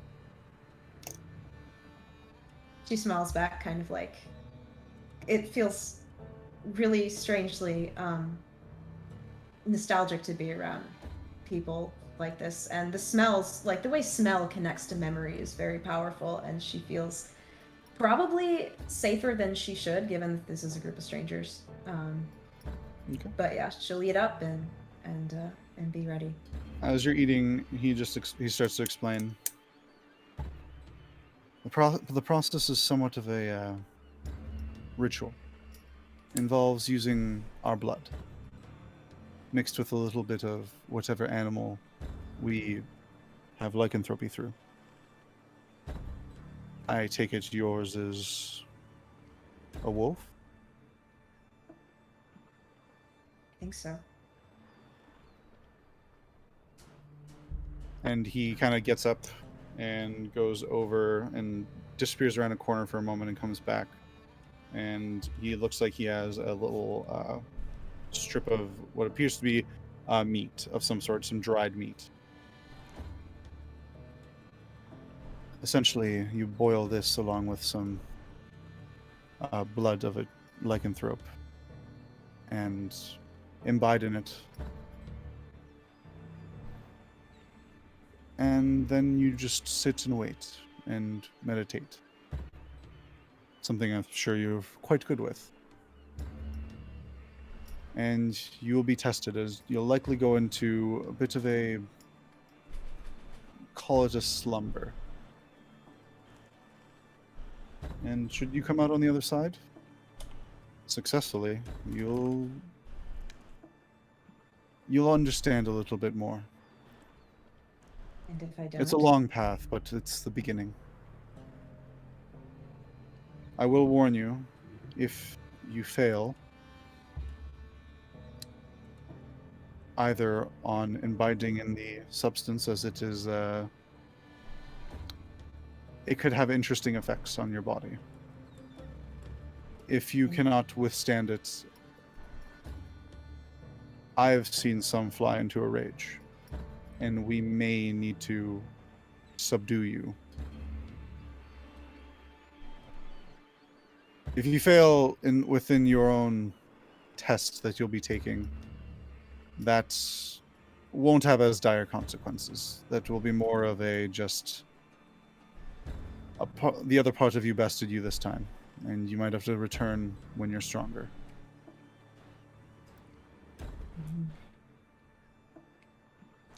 And how do you restrain me? Any way we can. Though there's a few of us here, I'm pretty sure we can take it. We've done this before numerous times, and we've never had a death occur, at least. On either side. We're confident. Kind of look at him, and like the sort of like facade of like calm control that she usually has just kind of falls away, and she just looks really scared and almost looking like she's holding back some tears. She looks at him and says, I'm scared. As you should be. It is a scary thing to deal with, but such is our curse. All we can do is face it. Or succumb to it. I don't know if I'm ready. Well, that is up to you. Know. She starts to kind of freak out a little bit, and like her anxiety is getting pretty high. Just even thinking about it. And I'm almost kind of wondering if at this point it would be high enough that she would start to have some trouble. And if he could see that. And, he's got pretty keen eyes from what you can tell, and he's very good at reading people. And he is watching you. So he could probably you assume that he could probably tell that he understands the feelings you're currently experiencing.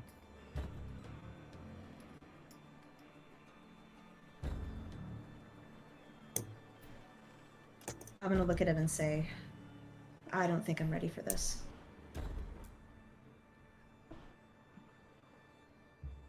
He sort of like looks down and looks towards the fire. You'll never feel that you're truly ready. You just have to try sometime and throw yourself to the wind. But I nor anyone here will force you. Just know that it's something that will come back to haunt you. And you will have to deal with it again. And the consequences may be dire. Whether you do it now or later, you definitely should do it.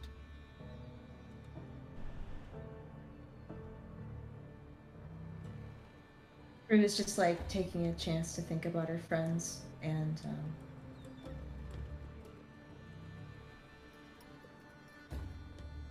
okay.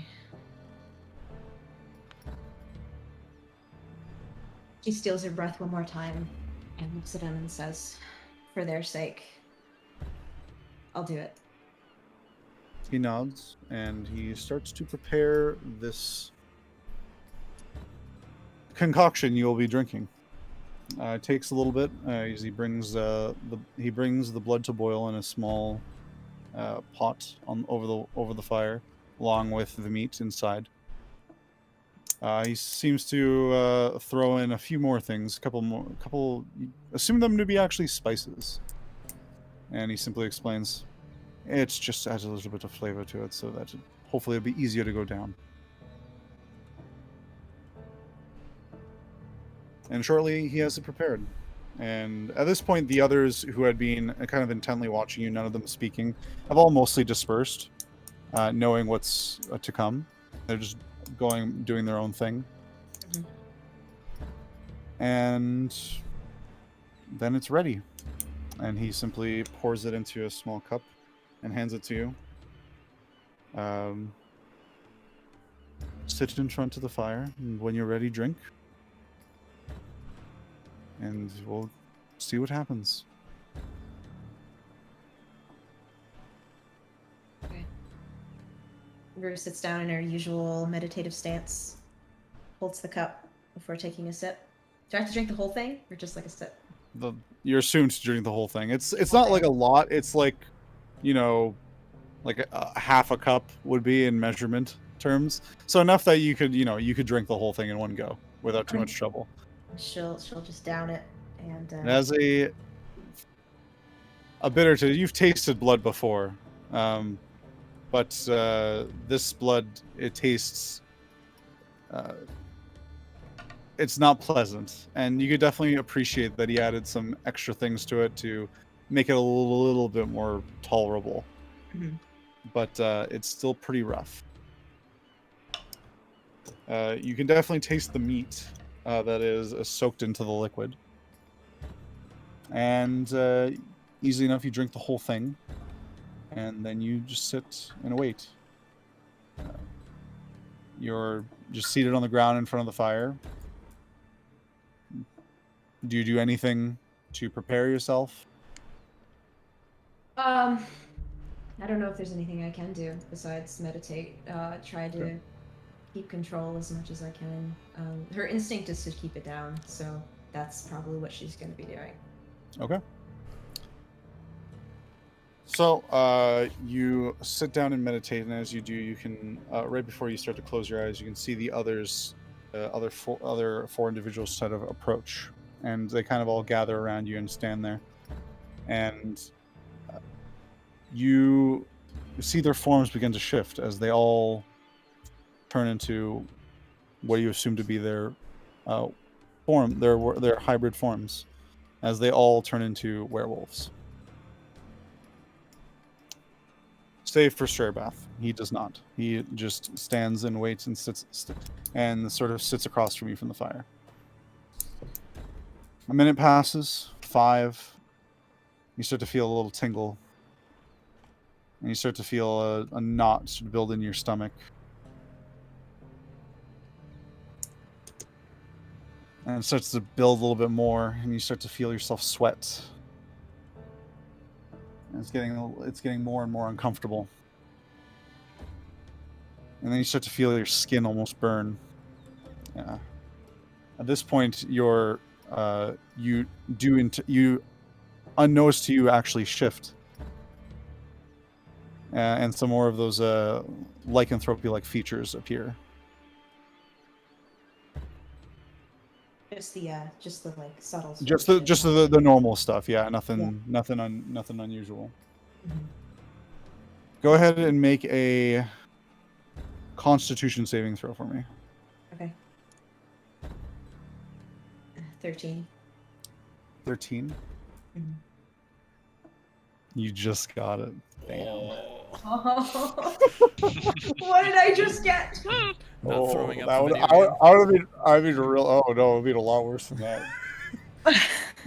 Your sort of meditative stance starts to break, and you kind of put a hand down as you steady yourself, and the uncomfortable feeling in that sort of like hot, almost pain, like your body starts to almost feel like it's on fire, goes through your whole, starts to just seep through you, and you start to like grunt and growl and make a little bit more animalistic noises than some you're usually used to. And then you just sort of, your vision starts to fade and you black out. Oh shit. Vision refocuses again. You see a scene of a dark wood at night. Immediately, you catch the scent of blood. Human blood. What do you do? I go towards it. Okay. You move towards it. You notice You almost had the instinct to start running on all fours, but you don't. You follow the scent, and then you sense something else. Another scent, familiar. Smells like you, maybe. Eventually, you come out into a small clearing, and you see a figure, a human boy, against a tree. A bloody gash of what looks like a bite mark on his shoulder, as he looks fearful towards a dark, inky, shadowy figure that's between you and him. And it turns towards you, and it vaguely resembles you, but there's no facial features other than a jagged set of red eyes. And it just snarls. It makes a snarling noise at you. And it jumps to attack. I'm gonna need you to roll initiative. Oh, shit, okay. Oh, no. 13. 13. What's your dexterity modifier? It is +6. +6. +6. You have my +6. dexterity Modifier? Oh, sorry, +4. I was looking Yeah, at I the should just make this easier on myself. I'm just gonna bring up your character sheet. Just like, what the? Sorry about that. How? It's okay. Are you a god? Nope, not my characters. I need to go to my campaign. Here, I'm Thank you. sending you. Whoops. Oh yeah, please send me that one. Yeah. Yeah, send me the correct character sheet, not the one in D&D Beyond.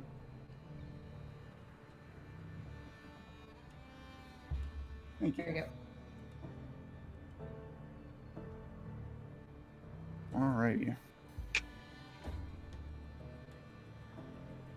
Alright, it goes first. It's going to, should change the music. Did I have something picked out for this?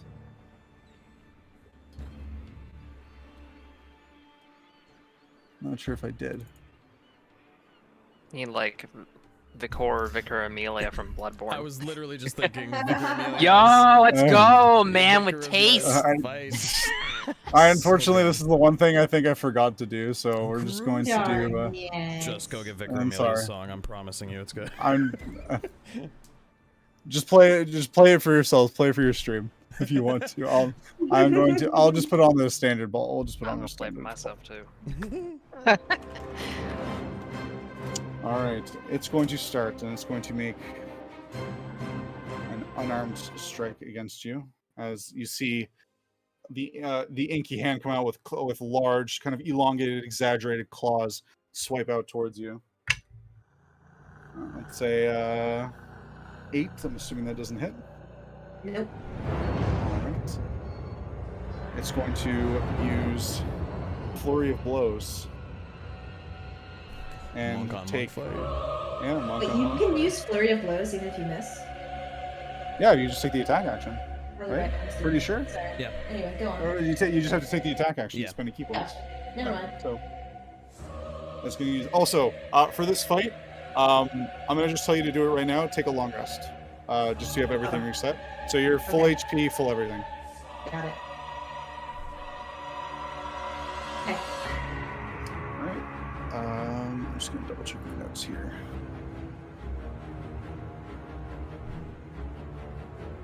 Yeah, so it's gonna use Flurry of Blows. First attack. 14 to hit. That missed. Hit. That does not hit. Second attack. 17 to hit. That does not hit. That does not hit. All right, you deftly dodge out of the way of all the swipes, and that is the end of its turn. It is your turn. Okay. I kind of know what this is in my head, and I've been ready for this fight for a long time, and I just hit it as hard as I can with my quarterstaff and just go. 11. You do probably not have doesn't your hit. quarter. You do not have your quarter. Oh, I staff with you. don't. Oh. As you know, as you take note, the only thing you have on you is your own physical abilities, and you notice that you are currently in your shifted state. and all you have is you, and that's it. Okay. You're not even wearing anything. All right, good to know. Okay, so 11 is what I got for my attack roll. So I think 11. does That hit. misses. Okay, then we're gonna copy the copy and go for a key point. Flurry of blows. Flurry of blows. Yep. All right, give it to me. Do it, hit me. 11 and 17, both of which do not hit. Unless it has a different AC than you. 17 does hit. Yeah. Oh, it does. Oh, Yep. okay.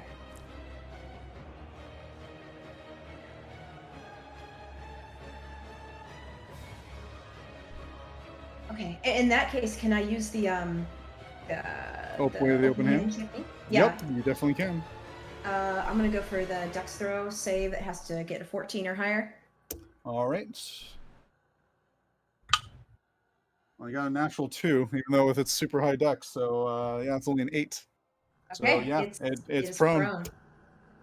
So you now have advantage on all attack rolls on it, so long as it's prone. Okay. So since it doesn't get a turn. It does still get a turn when it's prone. It just means it has to take half its movement to stand up. Okay. So that's the end of my turn. There's nothing else I can do. Okay. Its turn, it will take half its movement to stand up. And it's going to attack you again. I also have to bring up the other thing. Hold on. I'm almost forgetting something. Do.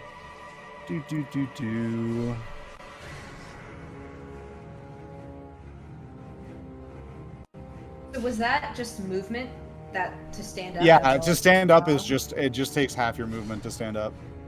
Okay, got it.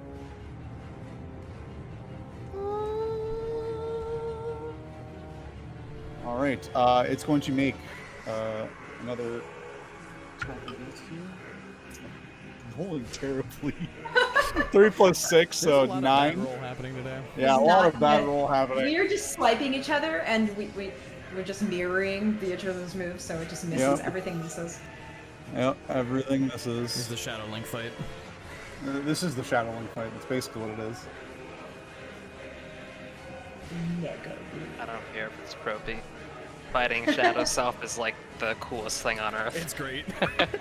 Alright, it's going to use a key point. It's going to use a flurry of blows again. 15 to hit. And misses again, I think. Misses again, yeah. You have to get 18 or higher. Yeah. Oh, there we go. That's a 16 plus 6 is 22 to hit. There you That go. does hit. All right.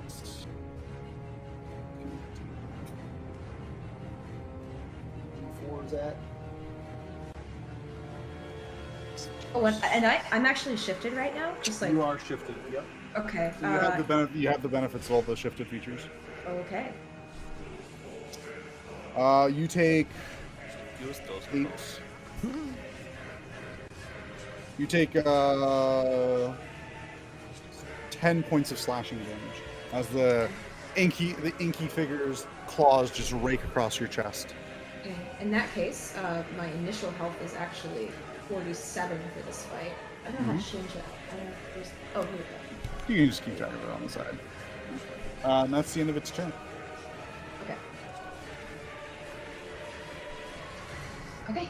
I'm gonna go for another unarmed strike with another key point in Flurry of Blows. You must do your attack first. 14.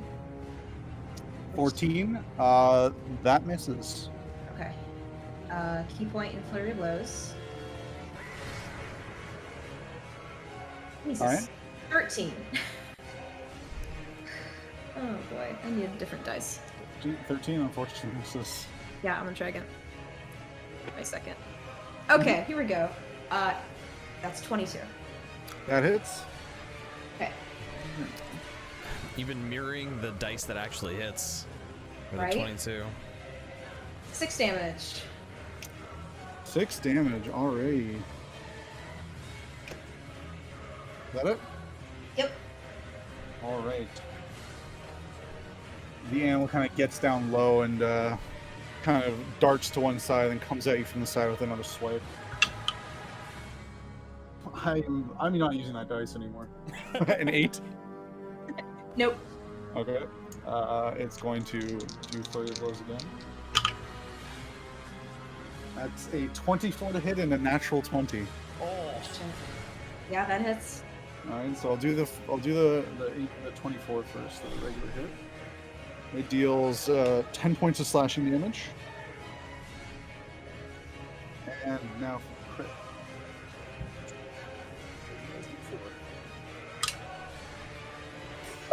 Double ones. I hate these things. Stupid triangles. Stupid pyramids. You take 8 points of slashing damage. Okay, after the 10, right? So yeah. So hold on, 2, 4. Yeah, 8 points of slashing damage. So you took 18 total there. Gosh. Okay. And that's the end of its turn. Okay.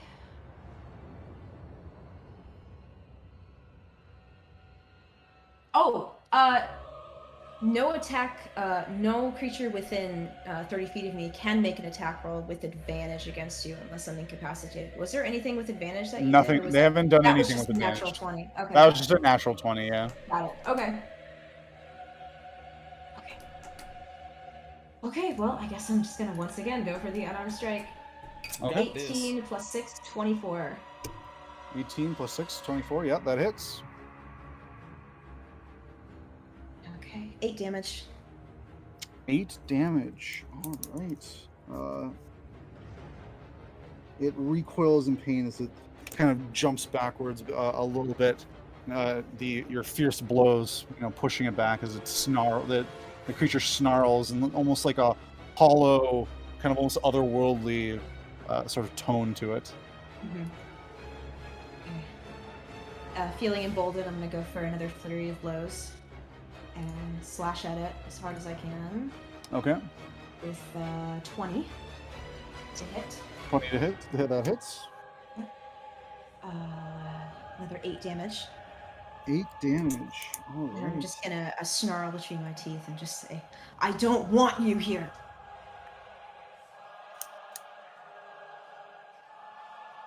It does not respond.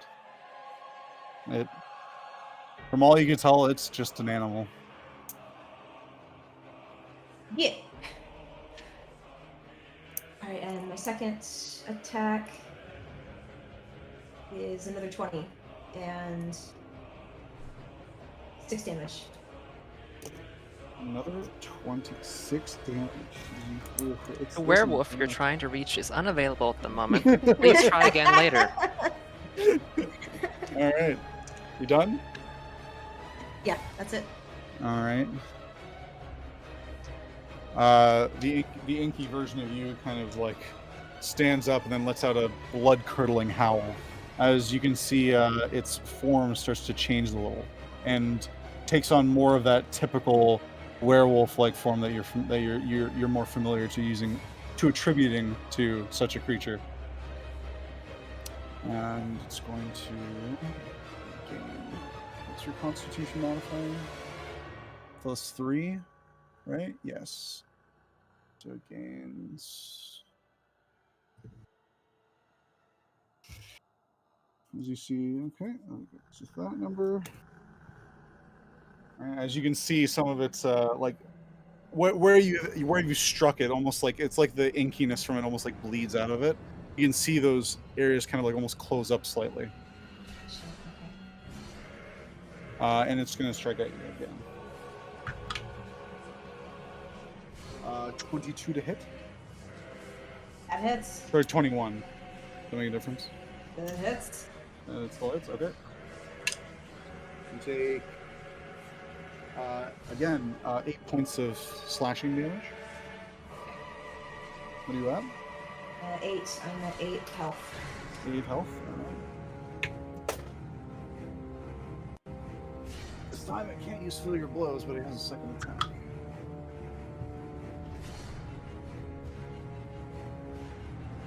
$16 to hit. No hit. Whoa. All right, that's the end of its turn. Okay. Relentlessly gonna go for another hit. Yep. 19 plus 6. That hits. And 6 damage. 6 damage. All right. Yep. Right on the edge. Can you do anything else? Yeah, I can spend another key point. Go for All right. a of those. Go for it. Okay. All right. 10 plus 6, 16. 16 hits. That just hits. Okay. And 8 damage. 8 damage. You kind of, as it goes to like leap out towards you, and almost like in a pounce, you just kind of dash forward just slightly, and then like slide underneath, and just strike it with your palm straight up right into its torso, and it kind of like lifts up from your strike a couple of feet before you slide out from under it, and it impacts into the ground.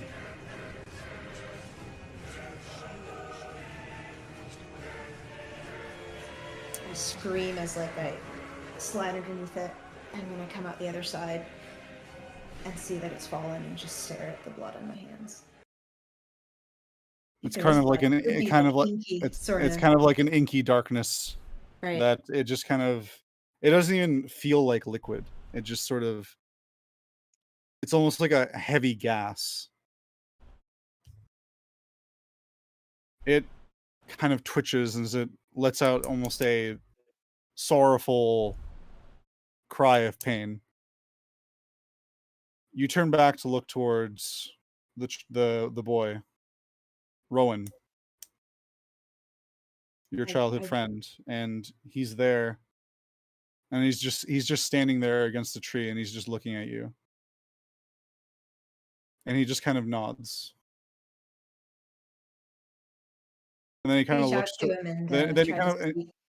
he's not even looking at you at this point as he looks towards the creature, Okay. and he looks kind of sad, and then he kind of just fades away. You turn back, and the creature itself is still alive, but crawling away from you as it is badly wounded. It turns back to look at you, and even though it has no facial features and just those red eyes, you can tell in its eyes that it's afraid.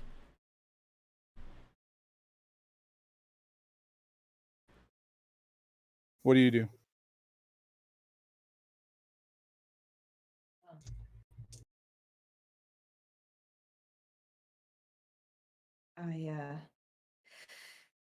Did I see any humanity in its eyes before? You said it just looked like an animal, but now it's afraid. And What you can see is it's an animal. That's what it looks like. That's the sense you get from it. yeah. From your best understanding, this is supposed to be a representation of that side of you, of that part of you, that comprises of your persons.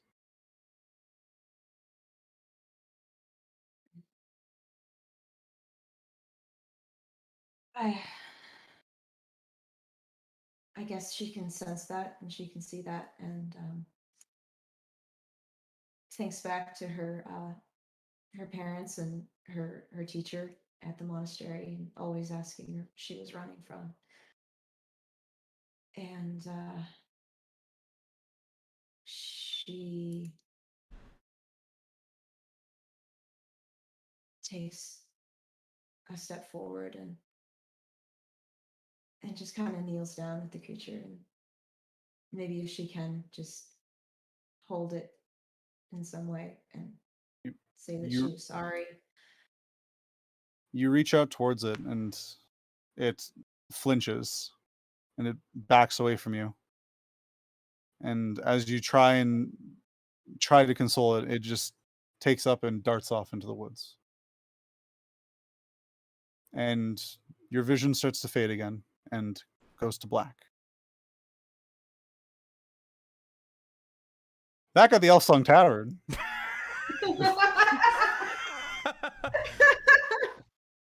Wow. How are you guys doing? I'm asleep. You arrive with you hear a knock at your window in your sleep, Yeah. Dre What the or Theraden. What the? Blizzy- You see your bird, Aura. What are you doing out there? Oh God! Stand up and sleepily open the window. Is she okay? What? Is that a note? The note is there. Back in the morning. What did you do? Alright. I'm too tired to go after it. None of the others need to know. She's fine. She's fine, Theraden. She's fine. She knows how to handle herself. It's fine. Thank you so much. And I'll give Aura a few little scritches. And then snap my fingers and she vanishes. And with a pop. And I'll lay What back are down the with rest that of you- note in my fist. All right. What are the rest of you guys been doing this evening? Standing What watch time at is the it? door. At this point, it's probably very early morning, so like 2-ish in the morning. So it's dead of night essentially. For flavor, let's say, are there any? I'm sure there are like windows, like All over the place. in the tavern. All over the place. I'll put you back on the tavern map. Back Hold in the on. tavern.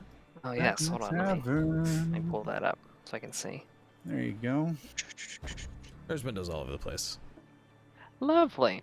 Hold on. Let me. Wait, is everybody in this room? I'm in my Kleeck is bedroom more- asleep upstairs. Kleeck's at the front door. I You Okay. have two Kleeck- kobolds Kleeck's- with you. Kleeck and Clank are currently holding the front door. Well, I suppose maybe this window. Is that a window right there? Right here? Yeah, that is a window looking out into the front. Okay, so Nor's like sitting on the sill, and the window's open, and he's just vibing with a wooden pipe and smoking it, and looking outside. Actually, interestingly enough, this over here is a smoker's lounge over on the right. Yeah, this here. Oh, So you may smoke there. yeah, there are windows, Al- and perfect. Yeah, the night shift staff directs you like you can smoke in this room here. Wonderful.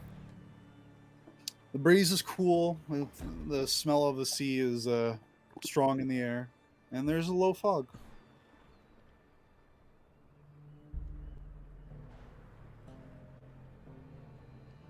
Yeah, Anyone else doing anything? I am about to try to convince Gasz to do a crime with me. Yeah, I guess Crimes. is already convinced as of the moment you want to go. Meanwhile, the kobolds are attempting to make do crimes, crimes. and no one is surprised. So yeah, the moment you want to head off, Gus advises you to do it around midnight or after midnight, just to I mean, make sure. it's 1 or 2 a.m. now, Yeah. so yeah. We can say if you guys want that you guys left shortly after Rue left. Because midnight is crime time. Yeah, it is. midnight is crime time. Crime time, prime time. Crime time. So yeah, we probably left around midnight.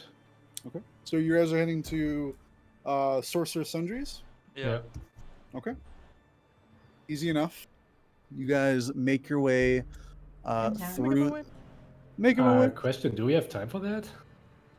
I'm going to end it Oh, right okay. here real soon. So maybe we should just play that out next time. Do you want to? Do you want to stop right now? I don't know. We don't know how long it will take. You're gonna break in a place. You're gonna maybe B&E. Maybe assassinate Yeah. a Well, wizard. you're gonna try and break into a place. So yeah, maybe we should do that next time. If that's what you got, if that's what you prefer to know, do, we can like, stop it. We're gonna be I stopping. I just thought we started earlier because people don't have much time today. Yeah, So- I do need to leave soonish, but you know, y'all can wrap your shit Uh, up. My I stream took can forever. max go 45 more minutes because then it's 3 o'clock. I gotta get ready for work. Oh no, I have to go in the next 15 minutes or so. Yeah, Well, then we so should end just, right now. so just wrap it up, I guess. Then we can wrap it up right now. Yeah. We'll call it there, and we'll pick it back up with the kobolds trying to go see if they can break into magic shop.